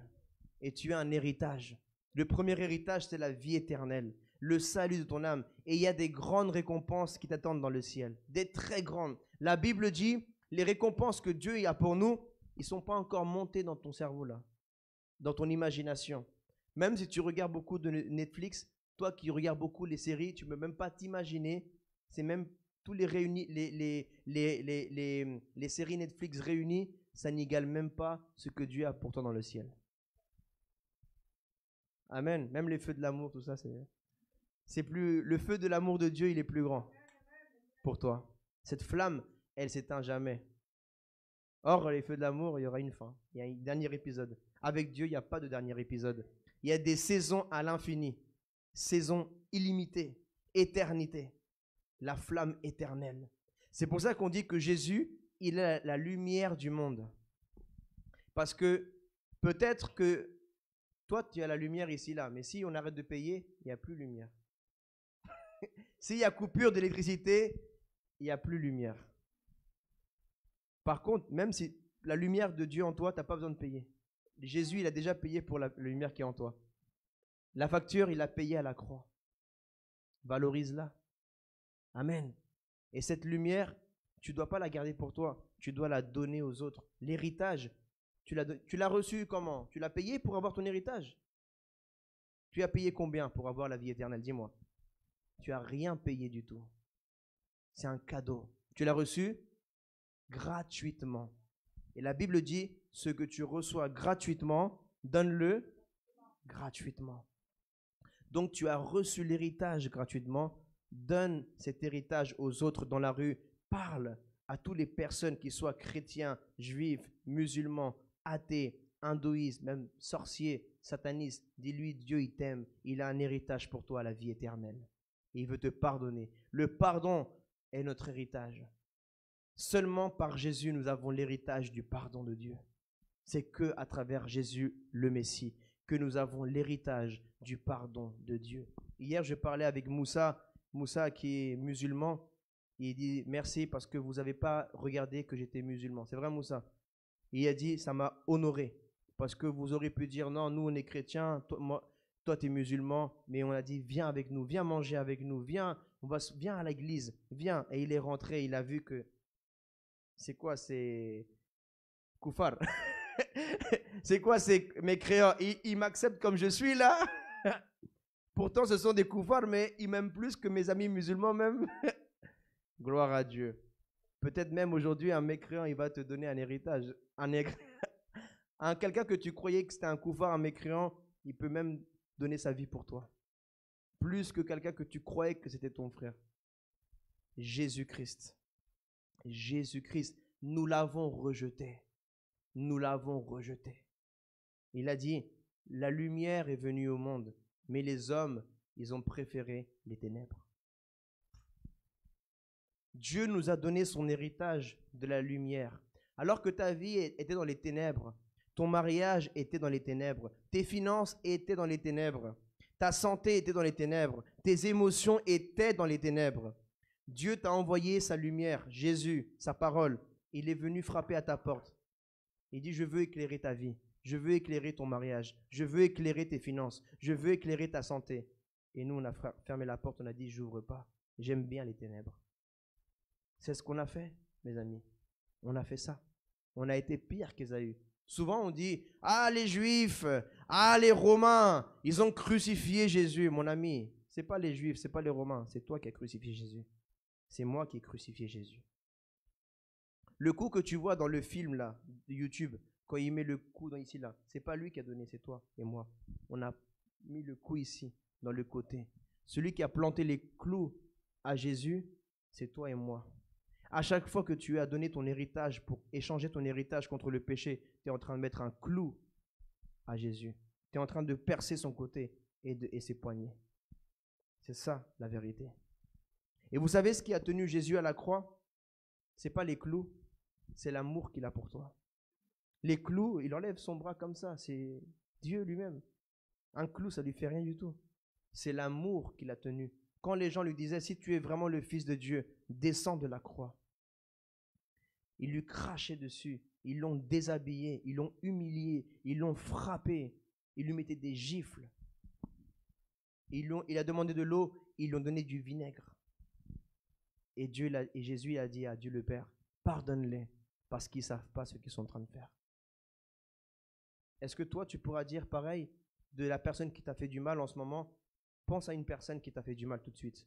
Une personne qui t'a trahi, une personne qui t'a trompé, une personne qui t'a blessé, qui t'a insulté, qui t'a humilié devant des personnes, qui a détruit ta vie, qui n'était pas là quand tu avais besoin. Cette personne dit, maintenant répète avec moi, dis, mon Dieu, pardonne-le, pardonne-la, parce qu'il ne sait pas ce qu'elle fait. Il ne sait pas ce qu'il a fait. Amen. Toi aussi, Dieu t'a pardonné. Tu as reçu l'héritage du pardon alors que tu ne le méritais pas. Mais Dieu t'a pardonné quand même. C'est merveilleux, n'est-ce pas? L'héritage et le droit d'aînesse. Maintenant, nous allons parler des représentations. Vous savez, hier, on a parlé qu'est-ce que représentait Noé, qu'est-ce que représentait l'arche, qu'est-ce que représentait l'eau, le déluge, qu'est-ce que représente la nouvelle terre. Maintenant, nous allons faire pareil avec l'histoire de Ésaü et Jacob. L'héritage et le droit d'aînesse, donc pour le fils aîné, représentent l'héritage de la vie éternelle que nous avons en Jésus-Christ. Si tu ne t'intéresses pas à ton héritage éternel et à ton héritage du ministère, sache que si tu rejettes ton héritage céleste, tu vas en enfer. Et si tu rejettes aussi l'héritage de la mission que Dieu a pour toi sur la terre, tu rejettes aussi, même si tu es déjà sauvé, tu rejettes les récompenses que Dieu a pour toi dans le ciel. Il y a deux héritages principaux dont j'aimerais vous parler aujourd'hui. Parce qu'en fait, l'héritage, il peut se voir dans beaucoup de choses. Le fruit de l'esprit, que dit la Bible dans Galates, le fruit du Saint-Esprit, l'amour, la patience, la bonté, l'humilité, la foi. Ça, c'est un héritage aussi. C'est des dons. Un don, c'est quelque chose qui est gratuit, c'est cadeau. C'est gratuit, donc fais-en bon usage de l'humilité. Fais-en bon usage de la patience, de la maîtrise de toi. Fais bon usage de tout cela. Et la Bible dit, envers ces choses-là, il n'y a pas de limite. Tu peux en profiter tant que tu veux. Pardonne tout ce que tu veux. Humilie-toi, sois humble, tout ce que tu veux. Contrôle-toi, ta bouche, ton corps, tout ce que tu veux, vas-y. Mais par contre, plus loin, il y a le péché. Avant, il y a le péché. Il dit, par contre, là, ça, il ne faut pas faire. Le péché, c'est l'héritage de Shétan. Le péché, c'est l'héritage du diable. Quand tu manges le péché, tu manges l'héritage du diable, les lentilles, et tu en échanges de l'héritage de la vie éternelle. Donc, le premier héritage, c'est la vie éternelle. Le deuxième héritage, c'est ton ministère. Dis à ton voisin, tu as un ministère. Qu'est-ce que ça veut dire un ministère? Ministère, ça veut dire, en grec, servir. Tu as le droit de servir. C'est un héritage de servir. Qu'est-ce que Jésus a dit? Je ne suis pas venu pour être servi, mais je suis venu pour servir. Et si Jésus vit en toi, donc toi aussi tu n'es pas venu en France ou à Marseille, sur cette terre, pour être servi, mais tu es venu pour servir. En gros, servir, ça veut dire donner. Jésus, il est venu donner la vie là où il y avait la mort. Jésus, il est venu donner l'amour là où il y avait la haine. Jésus, il est venu donner de son temps, là où les gens n'avaient plus le temps. Donne-toi l'œuvre de Dieu. Donne-toi pour l'édification de l'œuvre de Dieu. Que ce soit de ton temps, ta prière, ta vie spirituelle, tes finances. Donne-toi, sers l'œuvre de Dieu avec la capacité que tu as reçue. Chacun a reçu des capacités différentes, des talents différents, des dons différents. Alors servez Dieu, servez l'Église avec les dons que vous avez reçus, avec les talents que vous avez reçus. Amen. Comme l'arche de Noé que je parlais hier, chacun a fait une chose différente. Ils n'étaient pas tous en train de mettre la même planche. Il y avait, toi tu vas là-bas, toi tu fais ci, toi tu fais ça. On est tous un corps. L'Église, c'est un corps. Jésus, c'est la tête. Et nous, certains sont les bras, certains sont les mains, certains sont les pieds, certains sont les oreilles, la bouche. Je dis là, il parle beaucoup, c'est la bouche. Certains, c'est les oreilles. Vas-y, raconte, vas-y. Qu'est-ce qui s'est passé là-bas? Elle est où la sœur? Il est où le frère? Pourquoi il ne vient plus à l'église? Alors, nous sommes tous utiles. Et donc, le ministère que nous avons reçu, et la Bible parle du ministère de la réconciliation. 2 Corinthiens, chapitre 5, verset 20. Tu peux même commencer à partir du verset 17. Les choses anciennes sont passées, voici toutes choses sont devenues nouvelles. Ça veut dire qu'avant Jésus, maintenant Dieu il a oublié, il te pardonne. Mais maintenant que tu es avec Jésus, tu es un nouvel homme, une nouvelle femme, et tout ce que tu vas faire dorénavant, ce sont des choses nouvelles en Dieu. Et je veux parler de cet héritage, parce que l'héritage du ministère, il y a aussi après les 5 ministères, mais ça c'est, pour atteindre cela, il faut d'abord être fidèle. Être fidèle. Celui qui est fidèle dans le peu, Dieu lui confiera des choses plus grandes. Mais d'abord, il faut être fidèle dans le peu. Quand on dit « je te fais confiance », dans le mot « confiance », il y a le mot « confier ». Amen. Si Dieu t'a confié quelque chose, si Dieu t'a confié une responsabilité, si Dieu t'a confié des enfants, si Dieu t'a confié quelque chose, une mission, c'est qu'il t'a fait confiance. Et il est en train de croire en toi. Il est en train de croire en toi. Peut-être que toi, tu ne crois plus en toi. Toi, tu crois, Seigneur, je ne peux pas, je n'arriverai pas, je ne suis pas digne, je. Que des je. Mais tu dois maintenant dire, Seigneur, par amour à toi, je vais tout donner. Même si je suis soi-disant nul à ça, même si je ne sais pas faire, je vais le faire par amour à toi. Amen. Ne dis jamais que tu es nul. Ne dis jamais que tu ne sers à rien. C'est un mensonge du diable. Tu ne dois pas parler comme le diable, tu dois parler comme Dieu. Est-ce que Dieu, il a déjà dit je ne peux pas faire quelque chose? Dieu, il ne connaît pas le mot je ne peux pas. Dieu, il connaît que le mot je ferai. Dieu, il peut tout faire. Dans le langage de Dieu, dans le vocabulaire de Dieu, il ne connaît pas le mot je ne peux pas. Ce n'est pas son vocabulaire. Si ce n'est pas le vocabulaire de Dieu, c'est le vocabulaire à qui? Qui t'a appris à parler comme ça? Qui t'a appris à dire je ne peux pas? Rappelez-vous quand Adam et Ève, Adam et Hawa, ils ont péché. Dieu, il a dit à Adam, où es-tu? Et Adam, il s'est caché. Parce qu'avant, il était nu, mais il a toujours été nu en fait. Sauf qu'avant, il ne savait pas qu'il était nu, parce qu'il n'avait pas la connaissance du bien et du mal. Qu'est-ce que c'était nu? Qu'est-ce que c'était être habillé? Alors, Dieu, il a vu Adam, il a dit, Adam, qu'est-ce qu'il y a? Il a dit, et il se cache. Pourquoi tu te caches? Et Adam, il a dit, j'ai honte, je suis nu. Et Dieu a dit, mais attends, moi je ne parle pas comme ça. Qui t'a appris à dire ça? Qui t'a appris que tu es nu, Adam? Et toi, ma soeur, et toi, mon frère, comment tu es en train de parler? Tu dis, c'est mort. Dieu te dit, ma fille, attends. Qu'est-ce que tu viens de dire là? Qui t'a appris à parler comme ça? Qui t'a appris à dire, c'est fini pour moi? Qui t'a appris à dire, je ne vais pas m'en sortir? C'est pas mon langage, c'est pas mon ADN, ça. C'est pas mon héritage. Tu es en train de prendre l'ADN de quelqu'un d'autre. Tu es en train de parler comme quelqu'un d'autre. Et à ton avis, c'est qui parle comme ça? C'est le shaitan, c'est le diable. Toi, tu n'es pas un fils du diable, tu es un fils de Dieu. Tu n'es pas une fille du diable, tu es une fille de Dieu. Toi, tu dois dire, répète avec moi, je vais le faire. Je peux le faire. Je vais réussir. Parce que Dieu est avec moi. Parce que Dieu est avec moi. Amen. Celui qui est en toi est plus grand que celui qui est contre toi.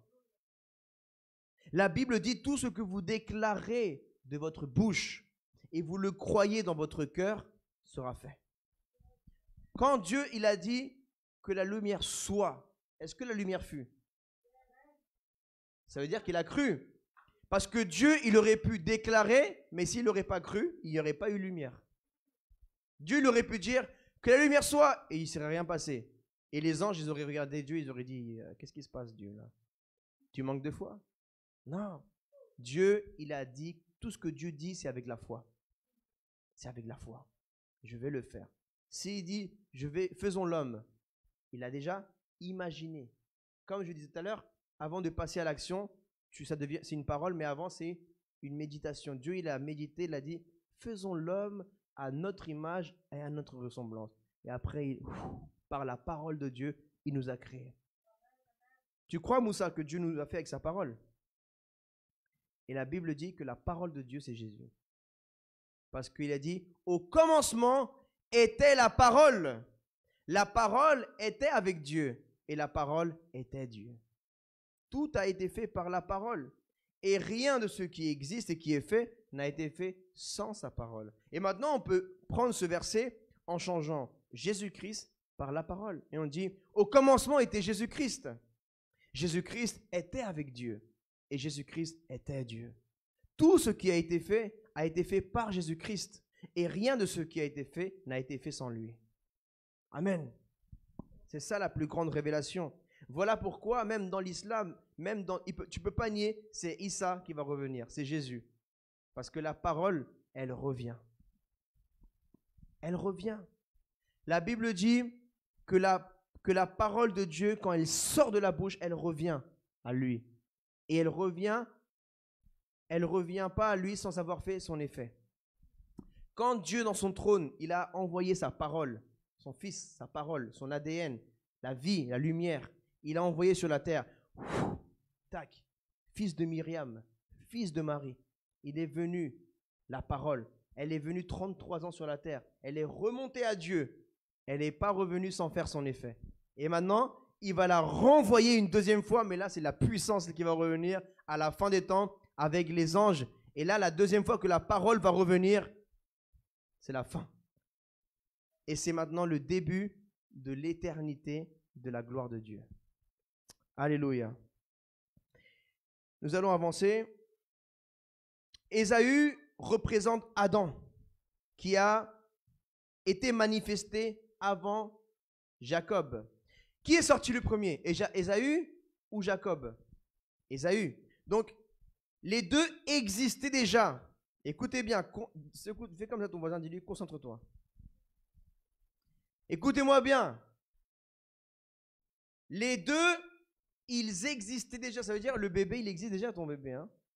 Il existe déjà. Il existe. Mais maintenant, il va paraître dans le monde naturel, dans le monde terrestre.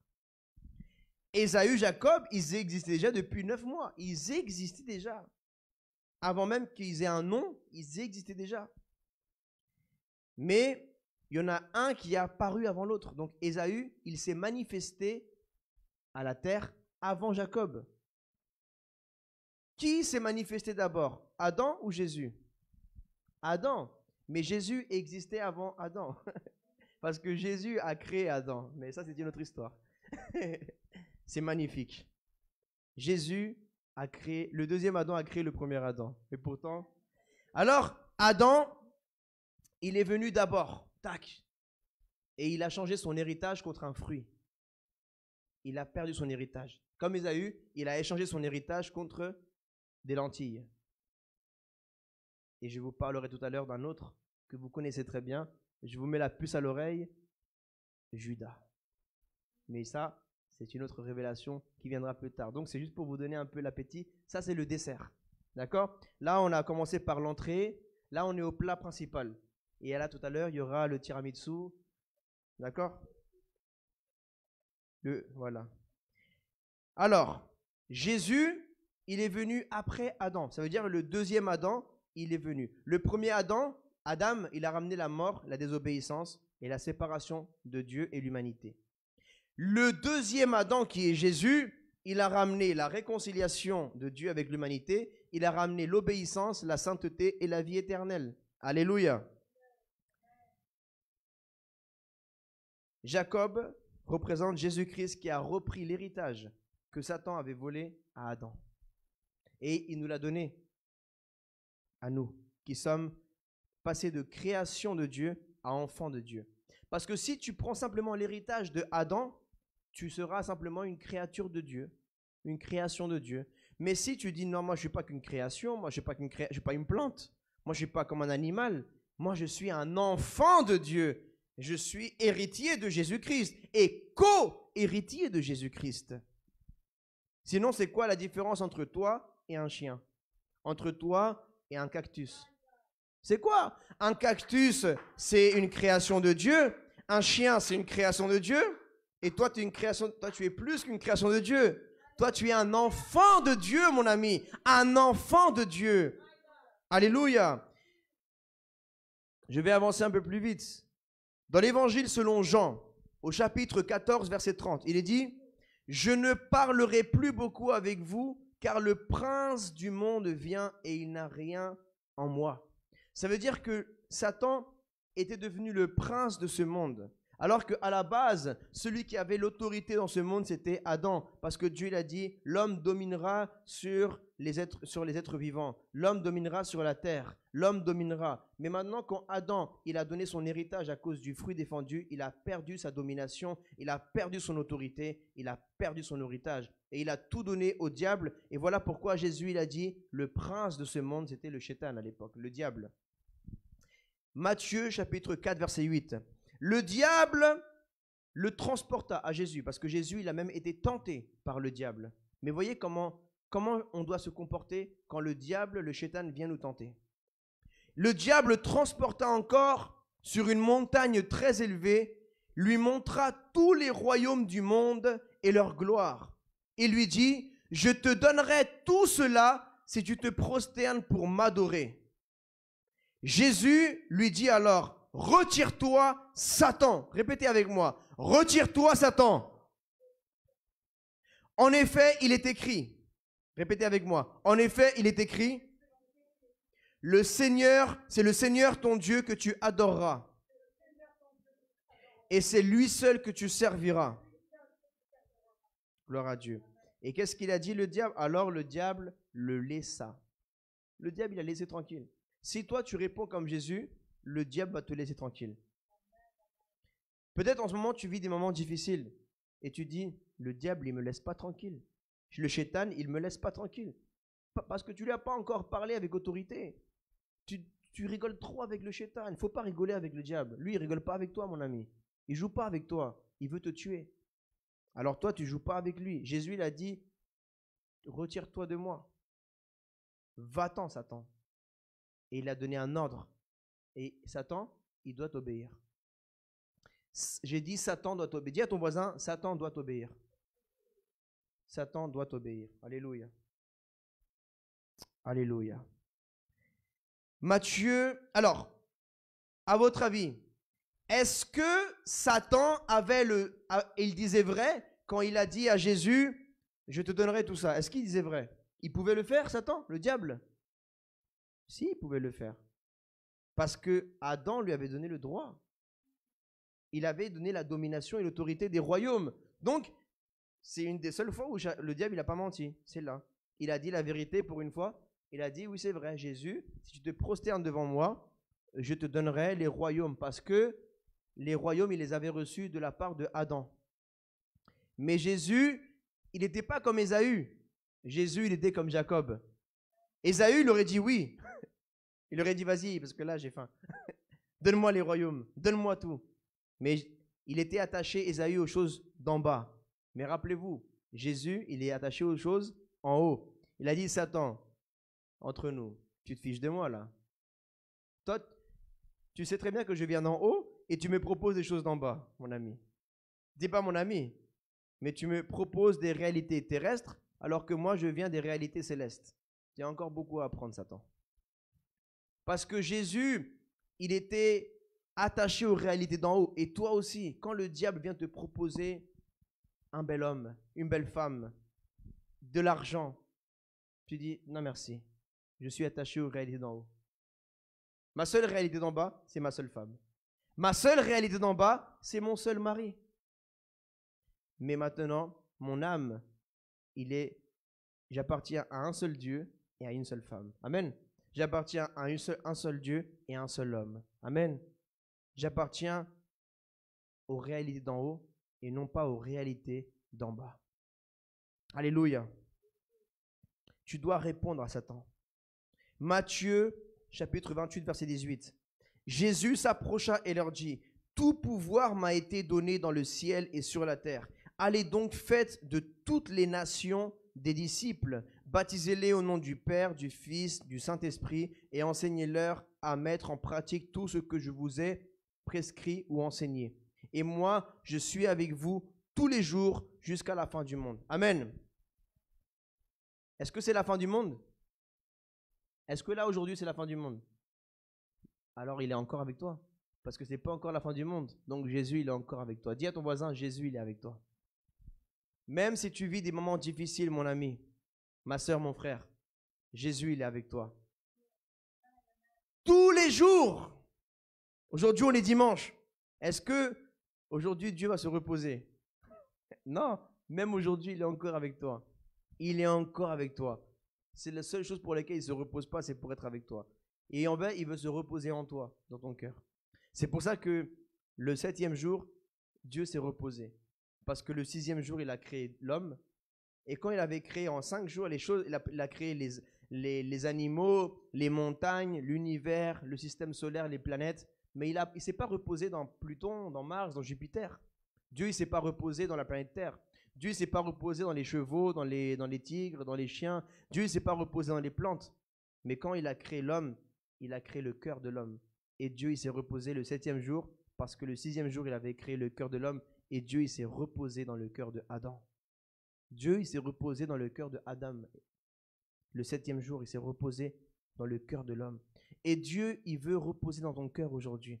Et il veut que toi, qui es fatigué, comme Jésus a dit, « Venez à moi, vous qui êtes fatigués, et je vous donnerai le repos éternel. » Repose-toi en Dieu aussi. Apprends à te reposer en Dieu. Fais-lui confiance. Arrête de t'inquiéter. Arrête de t'inquiéter. Arrête de te préoccuper. Est-ce que tu as déjà vu un bébé avec des couches dans un supermarché tout préoccupé? Je cherche des couches, madame. Où sont les couches? Où sont les compotes? T'as déjà vu, toi? Un bébé, là, baby boy, le petit, baby boss, tout petit dans les supermarchés. Madame, c'est où les couches? Non, un bébé, il ne s'inquiète pas pour ses couches. C'est la maman, c'est le papa qui s'inquiète pour ses couches. Est-ce qu'un bébé, il va acheter ses compotes? Non, c'est les parents qui vont acheter les compotes. Et toi, laisse ton Dieu, ton Père éternel s'occuper de toi. Laisse Dieu s'occuper de toi. Laisse Dieu être Dieu. Toi, la seule chose que Dieu te demande, c'est de croire. Un bébé, il croit que ses parents s'occupent de lui. Il lui change les couches, il lui donne les compotes, il achète les habits. Il fait confiance à ses parents. Donc toi aussi, fais confiance à Dieu. Amen. Déclare-le. Je te fais confiance, mon Dieu. Déclare-le. Que le diable entende que tu fais confiance à Dieu. Parce que si tu ne le dis pas, le diable dit, ah, elle n'a pas parlé. Il n'a pas parlé. Il ne fait pas confiance à Dieu. Elle ne fait pas confiance à Dieu. Donc je vais rentrer par là. Déclarons tous ensemble. Je te fais confiance, mon Dieu. Maintenant, le diable, il a entendu. Maintenant, il va dire, ah, je ne peux plus rien faire. Parce que lui, il fait confiance à Dieu. Alléluia. Alors, c'est ainsi que nous, qui sommes en Jésus-Christ, héritons de l'héritage de Christ. Car Isaac représente, dans ce passage, Dieu, notre Père céleste. Lorsqu'il nous entend, il entendait Jacob. Mais lorsqu'il a touché, il sentait Ésaü. Écoutez bien. Dans l'histoire, il est dit dans la Bible que quand Adam et Ève ont été chassés du jardin d'Éden, que dit la Bible? Dieu, mais ça c'est trop profond ça, il faut que vous recevez cette révélation. Dieu, il les a habillés d'une peau. Est-ce que vous savez même que la peau qu'on a là, ça, c'est pas notre vrai, c'est pas l'apparence de Adam. Ça, c'est un nouveau revêtement. On a perdu la gloire de Dieu et on a été revêtu de cette peau-là. Cette peau que tu vois là, blanche, noire, c'est pas ta vraie peau. Ça, c'est la peau que dit la Bible. On peut aller ensemble dans Genèse. On va y aller ensemble. Il a revêtu de cette peau. Parce qu'en fait, il y a deux symboliques. Adam, il avait une apparence incorruptible. Parce que dans la gloire de Dieu, rien de corruptible ne peut être dans la gloire de Dieu. Donc Adam, s'il a été séparé de la gloire de Dieu, ça veut dire qu'avant, il était dans la gloire de Dieu. Donc s'il était dans la gloire de Dieu, il était avec une peau incorruptible. Mais quand après, regardez, Genèse chapitre 3, verset, alléluia, gloire à Dieu. Si vous trouvez le verset, hein? Voilà. Genèse chapitre 3, verset 21. L'Éternel Dieu fit des habits en peau pour Adam et pour sa femme, et il les leur mit. Les habits que tu vois en peau, c'est ça. Mais il y a une autre signification aussi. En fait, il y a une autre prédication qu'on vous apportera un jour par la grâce de Dieu, c'est le revêtement, le vêtement. On a perdu le vêtement de le fils aîné de Jésus pour être habillé comme Adam. Le revêtement, la tunique, ça c'est notre nouvelle tunique incorruptible, alors qu'on avait une tunique incorruptible. La tunique du fils aîné, mais ça c'est une autre prédication. Mais en tout cas, aujourd'hui, je veux vous parler que quand Isaac, qui représente Dieu le Père, quand dans le monde spirituel, avant il te touchait, il sentait que tu n'étais pas l'héritier. Mais quand maintenant il te touche, tu as la peau. Que dit la Bible? Que Ésaü, la maman d'Ésaü, et la maman de Jacob, elle lui avait fait une fourrure comme la peau d'un animal. Et en fait, l'animal, c'est l'agneau de Dieu. La peau, quand Dieu le Père, il nous touche, il ne te touche plus toi en Adam, il touche Jésus. Parce que la peau, tu es recouvert de la peau de l'agneau de Dieu. Jésus qui a payé le sacrifice pour toi à la croix. Et c'est cette peau, quand il te touche, il dit, mais pourtant ta voix, ce n'est pas la voix de Jésus. Quand j'entends ta voix, elle est différente, mais quand je te touche, je sens mon fils Jésus. Et je te donne mon héritage, tu as ma bénédiction. Amen. Tu peux entrer dans le ciel, tu peux être pardonné, parce que tu as reconnu que Jésus, c'est l'agneau de Dieu. Mais si aujourd'hui tu dis non, Jésus, c'est pas le Fils de Dieu, c'est pas l'agneau de Dieu, quand Dieu va te toucher, il va dire, déjà ta voix, c'est pas la voix de Jésus, mon fils. Et en plus, quand je te touche, mais c'est pas la peau de mon fils, c'est pas l'agneau, donc je te laisse pas entrer, tu n'as pas mon héritage.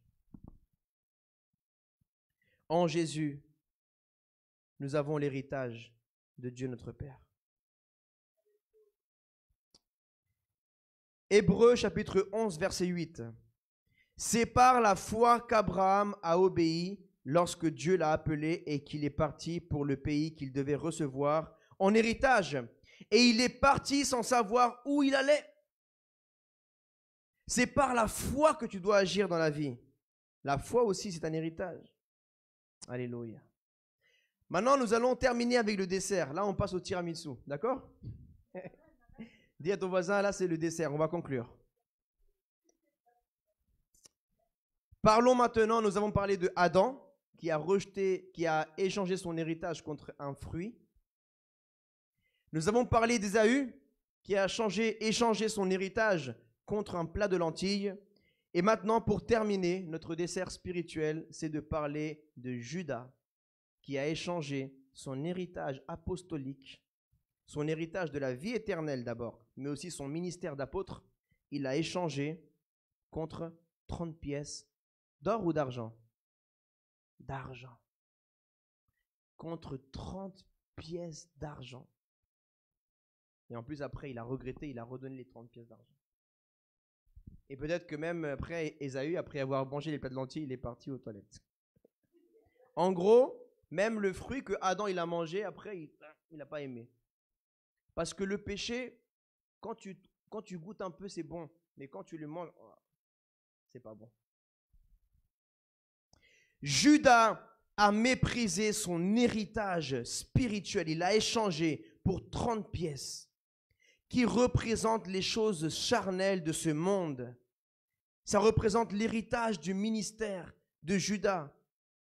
Et vous savez, quand on échange un héritage, l'héritage de Adam, que Adam avait, qui l'a pris maintenant? C'est vous et moi.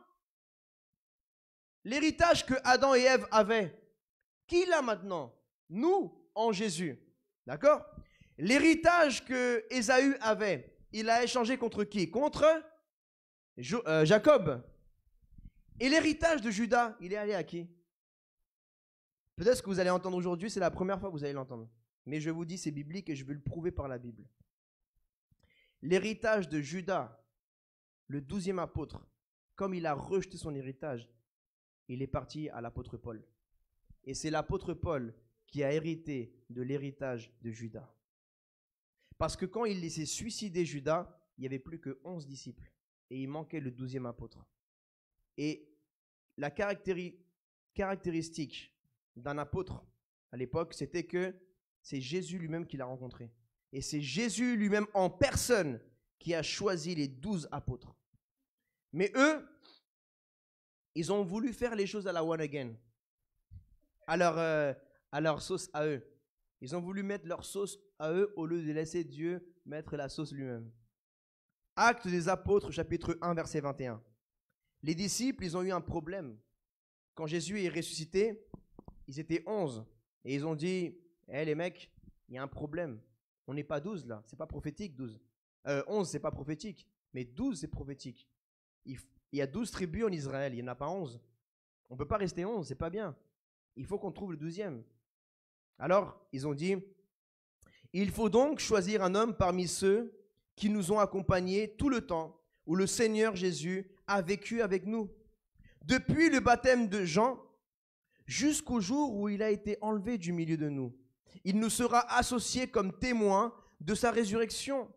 Ils en présentèrent 2, Joseph, appelé Barsabas, surnommé Justus, et Matthias. Puis, ils firent cette prière. Seigneur, toi qui connais le cœur de tous, désigne lequel de ces 2 hommes tu as choisi pour prendre part à ce ministère et à cette charge, en gros pour recevoir l'héritage de ce ministère. Et à cette charge d'apôtre que Judas a quoi? Abandonné. On peut dire même que Judas a échangé, que Judas a méprisé, que Judas a rejeté pour aller à la place qui est la sienne. Alors ils tirèrent au sort et le sort tomba sur Matthias qui fut associé aux 11 apôtres. Donc, eux, ils ont fait pour embellir leur truc tirage au sort là. C'est comme Dieu, il dit, vous ne jouerez pas au jeu de hasard, mais pour embellir, tu dis, Seigneur, c'est en ton nom que je fais ça. C'est en ton nom que je vais jouer au loto. En ton nom, Jésus. Et je fais cette prière en ton nom. Je vais jouer au loto. Donne-moi les chiffres, Jésus. Et ils ont joué et ça a échoué. Parce que ce n'était pas la volonté parfaite de Dieu. Dieu, il avait déjà prévu quelqu'un. C'est comme toi et moi. On s'est engagé dans le passé avec hommes, femmes, et on a dit, on a fait une prière rapide là, Seigneur, vas-y, c'est elle, c'est pas, allez, je vais avec lui, je vais avec elle. On s'est cassé la figure. Ou il n'y a que moi qui me suis cassé la figure. Vous aussi, non? Bon, on s'est tous cassé la figure. Pourquoi? Parce qu'on a tiré notre mariage au sort. On a dit, allez, si c'est elle, vas-y, vas-y. Ah, vas-y, c'est bon. Je me mets avec elle. Je me mets avec lui. Comme un tirage au sort. Mais t'as pas attendu. Ils auraient attendu quelques jours. Il fallait juste attendre un peu plus. Quelques semaines de plus. Et Dieu allait te ramener l'homme qu'il avait pour toi, la femme qu'il a pour toi. Attends encore un peu plus. Attends encore un peu plus. Toi qui es célibataire, hein, je parle pas aux mariés. Hein. Marié, c'est trop tard. Hein. Le mec il regarde sa femme, j'aurais dû attendre un peu. La femme regarde son mec, la femme regarde son mari, j'aurais dû attendre un peu plus. C'est les blagues de pasteur. Vous allez avoir cette onction vous aussi quand vous serez pasteur. Blague de pasteur. Bon, alors, Actes des Apôtres chapitre 9, verset 3. Comme il était en chemin et qu'il approchait de Damas, tout à coup, Une lumière qui venait du ciel resplendit autour de lui. Là, on parle de Saul de Tarse, qui après a été appelé l'apôtre Paul. Une lumière resplendit autour de lui. Il tomba par terre et entendit une voix lui dire « Saul, Saul, pourquoi me persécutes-tu » Il répondit « Qui es-tu, Seigneur ?» Et le Seigneur dit « Moi, je suis Jésus, celui que tu persécutes. Lève-toi, entre dans la ville et on te dira ce que tu dois faire. » Qui a choisi Paul? Il l'a rencontré lui-même. De la même façon qu'il a choisi les 12 apôtres. Il a dit, André, toi viens ici. Pierre, viens ici. Jean, viens ici. Il les a rencontrés. Et le dernier qui manquait, Dieu, après Jésus, il avait un héritage. Il lui manquait un héritage. Là, il a dit, Judas, il m'a rendu son héritage. Je dois maintenant chercher un 12e que je vais remettre l'héritage. Et il a cherché l'apôtre Paul. Et c'est Paul qui a hérité de l'héritage de Judas. Je veux parler à quelqu'un aujourd'hui. Écoute bien maintenant. Si tu rejettes le ministère que Dieu a pour toi, à cause, et je parle aux hommes et aux femmes aussi je parle, parce que beaucoup de femmes ont échangé leur ministère contre la peur. Beaucoup de femmes ont rejeté leur ministère, méprisé leur ministère parce que ça leur intéressait plus de ce que leur communauté pense d'eux. Tu t'es plus importé de ce que les hommes pensent de toi plutôt de ce que Dieu pense de toi. C'est charnel de faire ça. Parce que tu t'inquiètes plus du jugement des hommes. Ah, la femme ne peut pas. La femme, qui a dit? Qui a dit? Tu as le même Saint-Esprit qu'un homme. Dieu a établi la hiérarchie dans le mariage. Mais dans la société, dans quel verset il dit l'homme est plus que la femme? Amen. Et je prêche pas ça pour faire plaisir à mes sœurs, ni pour faire plaisir à mes frères, mais je prêche la Bible. Toi, tu es revêtu de la même autorité que a reçu un homme, la femme l'a reçu, la même autorité spirituelle, le même revêtement, le même héritage, le même nom de Jésus, le même Saint-Esprit, la même Bible. C'est à toi de prendre ce que le diable t'a voulu te voler. Il a voulu t'intimider. Il a voulu te taire. Il a voulu te taire, le diable. Et je parle aux hommes. Maintenant, écoutez-moi bien. Si tu rejettes l'héritage que Dieu a pour toi ministériel, si tu ne fais pas ce que Dieu est en train de te demander de faire, Dieu va choisir quelqu'un d'autre. Et l'héritage que Dieu avait pour toi dans le ciel, les récompenses qu'il avait pour toi, tu vas les perdre pour l'éternité. Si aujourd'hui, Dieu, il a mis un rêve dans ton cœur, si Dieu, il t'a donné une vision, si tu ne le fais pas, ça s'appelle de la désobéissance. Si tu ne fais pas, mon frère, ma soeur, ce que Dieu te demande de faire, tu préfères écouter un homme, une femme qui te dit non, plutôt que le Saint-Esprit qui te dit oui, tu es en train de désobéir ton Dieu. Ça s'appelle de la désobéissance. Écoute le Saint-Esprit de Dieu. Il y a des âmes qui meurent dehors dans les rues. Il y a des gens qui vont mourir aujourd'hui et ils vont aller en enfer. Parce que personne ne lui a dit que Jésus l'aimait. Parce que personne ne lui a dit que Dieu veut te pardonner. Reviens à Dieu. Personne. Il y a des choses, et je n'ai pas besoin de vous le dire parce que vous-même, c'est entre vous et Dieu. Vous savez ce qui brûle dans votre cœur. Vous savez les visions, les rêves, les projets que Dieu a mis en vous. Maintenant, vous avez le choix entre avorter ce projet, avorter cet héritage, cette vision, ou bien de garder. Si vous gardez et vous enfantez, ça donnera la vie. Vous allez enfanter la vie. Mais si vous rejetez, il vous arrivera comme Judas, un suicide ministériel. Tu vas suicider ton ministère. Ça s'appelle un suicide ministériel. Tu es en train de rejeter, d'échanger contre quoi? Contre la paresse, contre la peur, contre ce que diront les gens de moi. Moi, tu imagines si je m'inquiète de ce que les gens disent de moi? Il y a un jour un pasteur qui a demandé à ses disciples, qu'est-ce que je dois faire pour que les gens arrêtent de parler de moi? Et il y en a un de ses disciples qui a dit, il faut que tu arrêtes de prêcher. Il faut que tu reviennes dans le monde, comme ça les gens ne vont plus parler de toi. Jésus, il aurait pu dire, qu'est-ce que je dois faire pour que vous arrêtez de parler de moi? bah arrête de dire que tu es le fils de Dieu. Donc il faut qu'il mente. Il faut qu'il arrête d'être qui il est. Donc pour que toi, en tant que femme ou en tant qu'homme, tu fasses plaisir au monde, il faut que tu arrêtes d'être la personne que tu es, que tu deviennes une fausse personne que tu n'es pas. Non. Dis je refuse. Je refuse.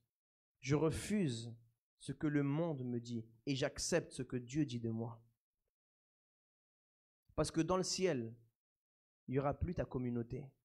C'est fini cette histoire de Européens, que nous, on est entre nous, les Européens, les Africains, les Latinos, les Gitans, les Arméniens, les Araméens, les Arabes, les Chinois. En Jésus, il n'y a plus de Gitans.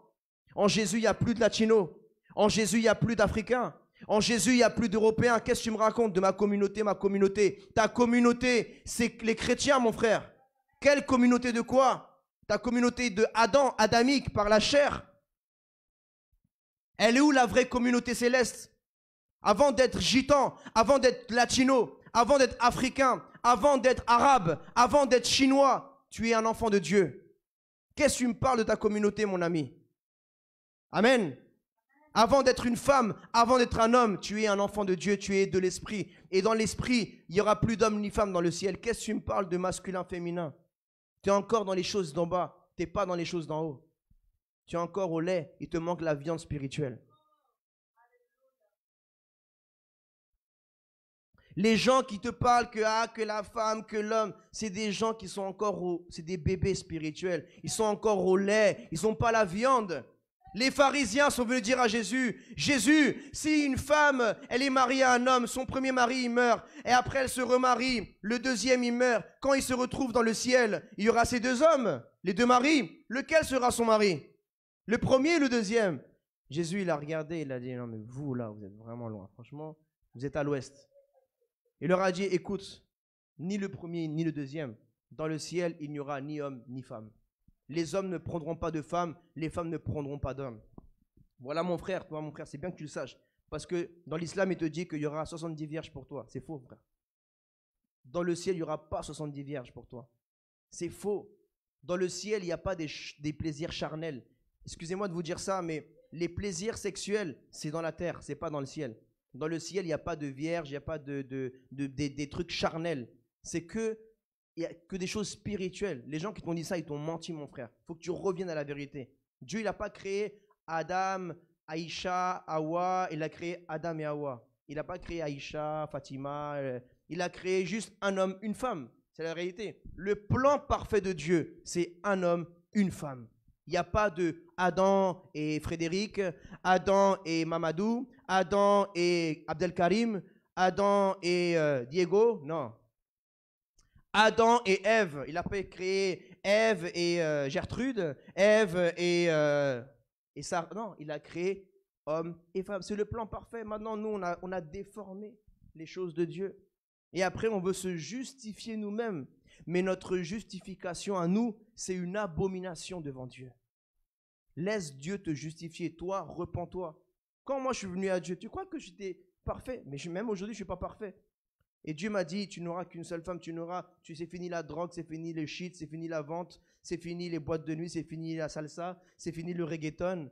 Et j'ai dit, Seigneur, s'il te plaît. Non, tu prends ou tu prends pas? Ah, je dis, moi, je laisse tout ça, je prends l'héritage, moi, Seigneur. Hein.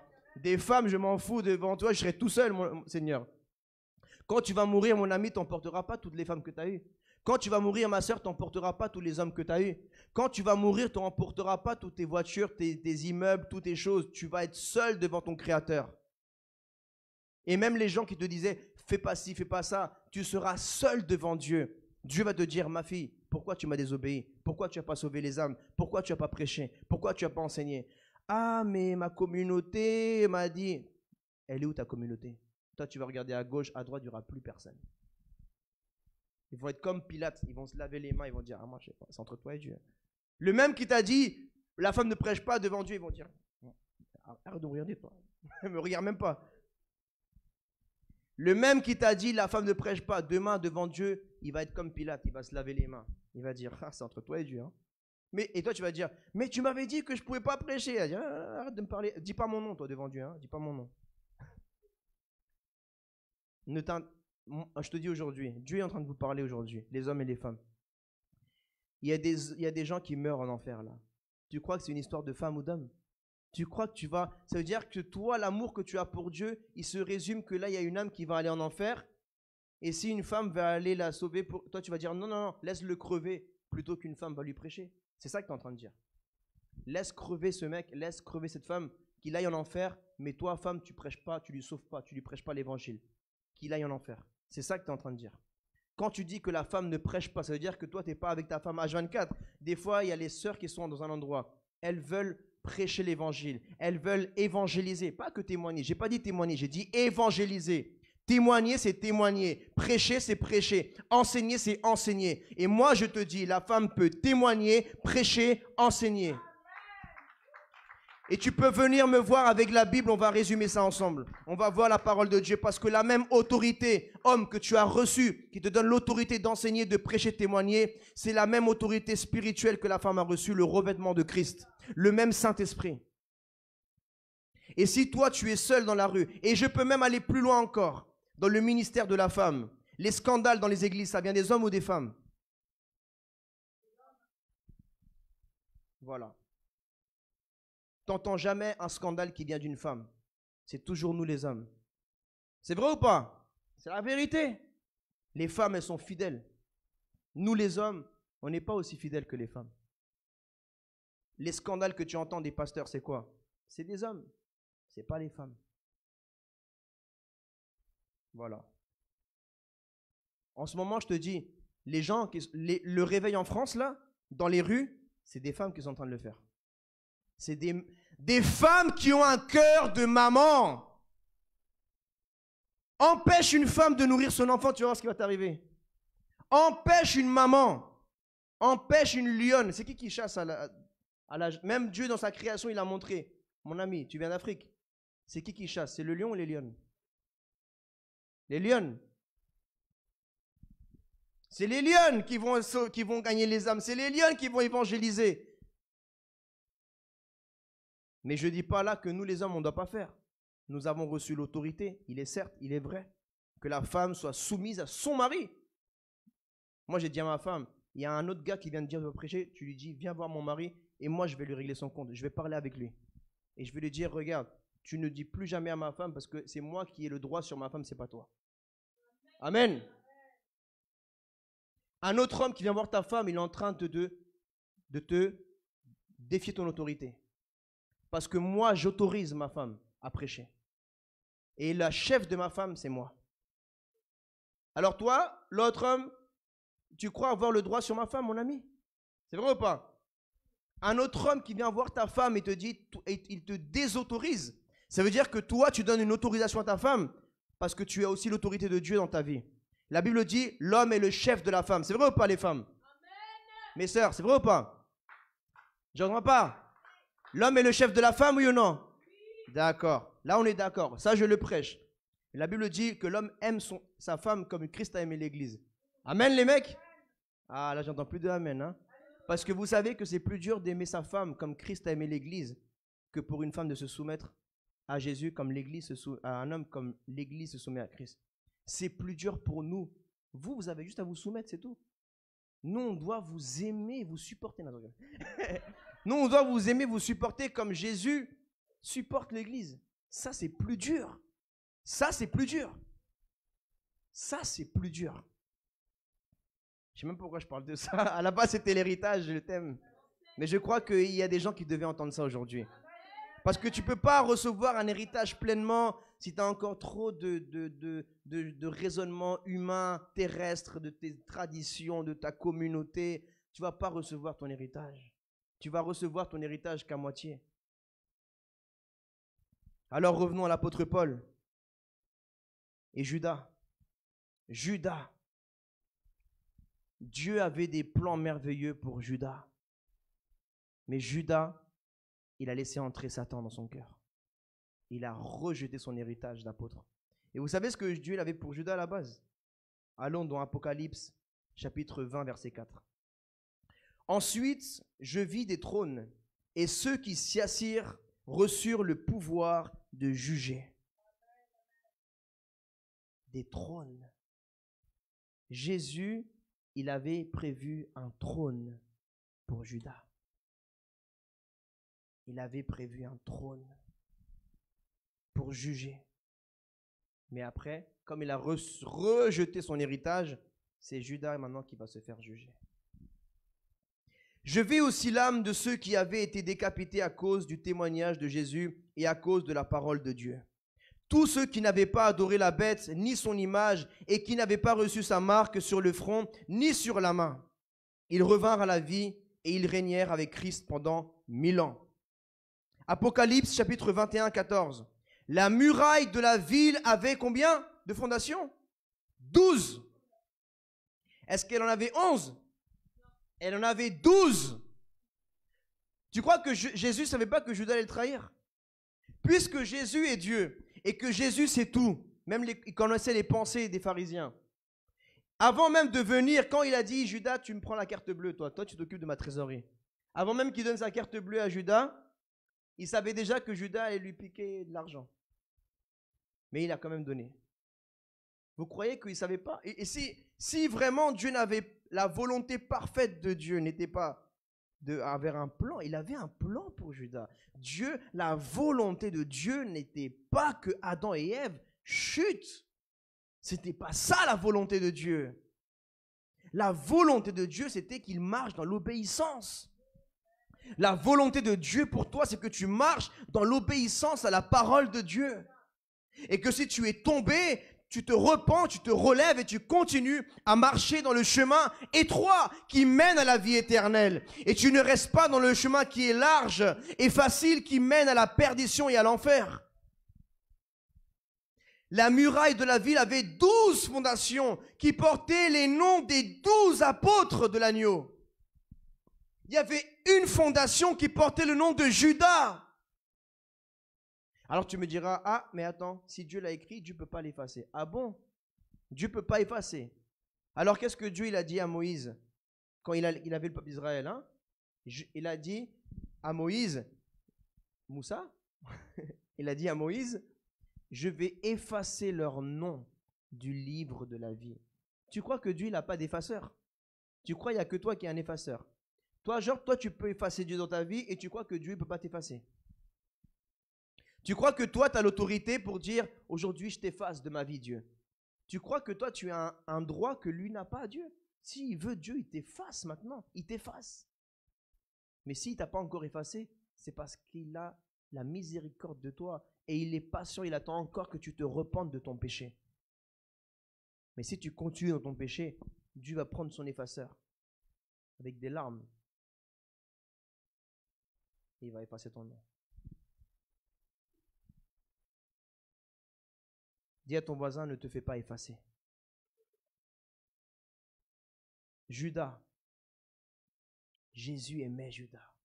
Jésus aimait Judas. Il l'aimait. Il aimait Judas. Il aimait Judas. Il avait même inscrit un nom. Il était content quand il avait écrit ce nom dans la 12e fondation. Il a dit, je crois que Judas peut.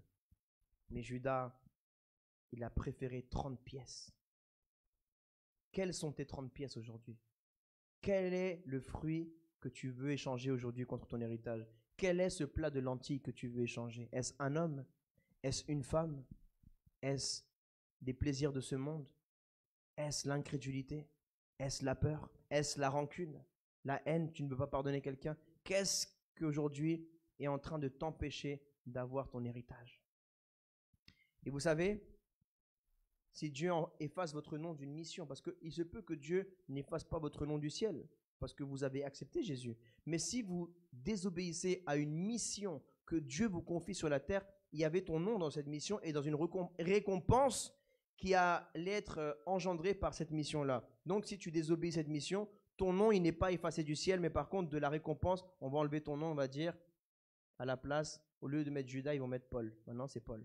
Voilà, Paul. Peut-être il y avait écrit ton nom dans l'œuvre, une église qui devait être implantée, dans une œuvre humanitaire qui devait être ouverte, dans un groupe d'évangélisation qui devait voir le jour. C'était ton nom qui était écrit dans le ciel pour cette œuvre-là. Mais comme tu as désobéi, ton nom de cette œuvre a été effacé de cette fondation et on a mis le nom de quelqu'un d'autre à la place de cette fondation. Mais j'ai une bonne nouvelle, les amis. Soyez pas tristes. Faites pas une tête d'enterrement quand même. De chien battu. J'ai une bonne nouvelle pour vous aujourd'hui. Je viens avec l'évangile. Je viens avec la bonne nouvelle. Tu peux encore récupérer ton héritage. Amen. Tu peux encore récupérer ce que le diable t'a volé. Parce que ta main est encore attachée au talon du diable. Tu vas lui dire, rends-moi ce que tu m'as volé. Lève-toi. Levez-vous. Levons-nous ensemble. Nous allons faire ensemble une prière, mes amis. Et nous allons prier avec autorité. Et nous allons déclarer qu'aujourd'hui, notre nom, s'il a pu être effacé, il va être violent. Si mon nom avait été effacé de quelque part dans le ciel, si tu es encore vivant, c'est que tu as encore le droit de reprendre ce qui t'appartient. Et tu vas dire à Dieu, Seigneur, là où tu avais effacé mon nom, réécris mon nom, parce que je me repens et je veux t'obéir et je vais me préserver. Jonas, pendant un temps, il avait rejeté la mission d'aller prêcher à Ninive. Dieu, il a dit, si Jonas, même je le ramène dans la baleine, et il me désobéit, là, j'efface son nom. J'efface le nom de Jonas et je mets quelqu'un, j'envoie un autre prophète à sa place, parce que ce n'était pas le seul prophète.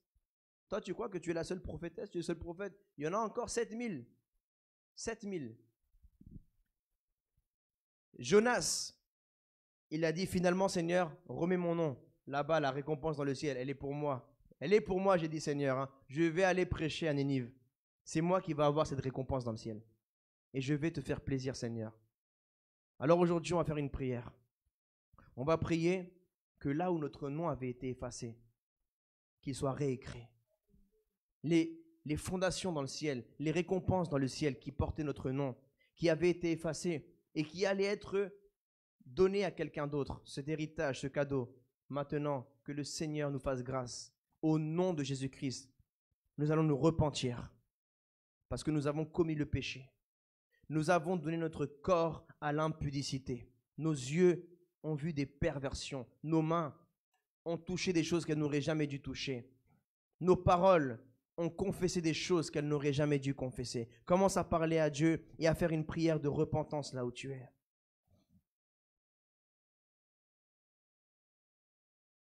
Répétez avec moi cette prière de tout votre cœur. Seigneur Jésus-Christ, aujourd'hui je viens devant toi avec un cœur repenti, en reconnaissant que je suis pécheur. Je confesse que j'ai péché contre toi, Seigneur. J'avais rejeté mon héritage. J'avais échangé mon héritage. Je l'avais méprisé par ma désobéissance. Mais aujourd'hui, Seigneur, je renouvelle mon alliance avec toi. Et en ton nom, Seigneur Jésus, je récupère ce que tu avais pour moi. Ce que le diable m'avait volé. En ton nom, Jésus, je le récupère. Tout ce qui m'appartient, je le récupère. Et là où mon nom avait été effacé dans le ciel, réécris mon nom, Seigneur. Au nom de Jésus, je suis couvert par ton sang précieux qui me permet de me présenter dans ta présence.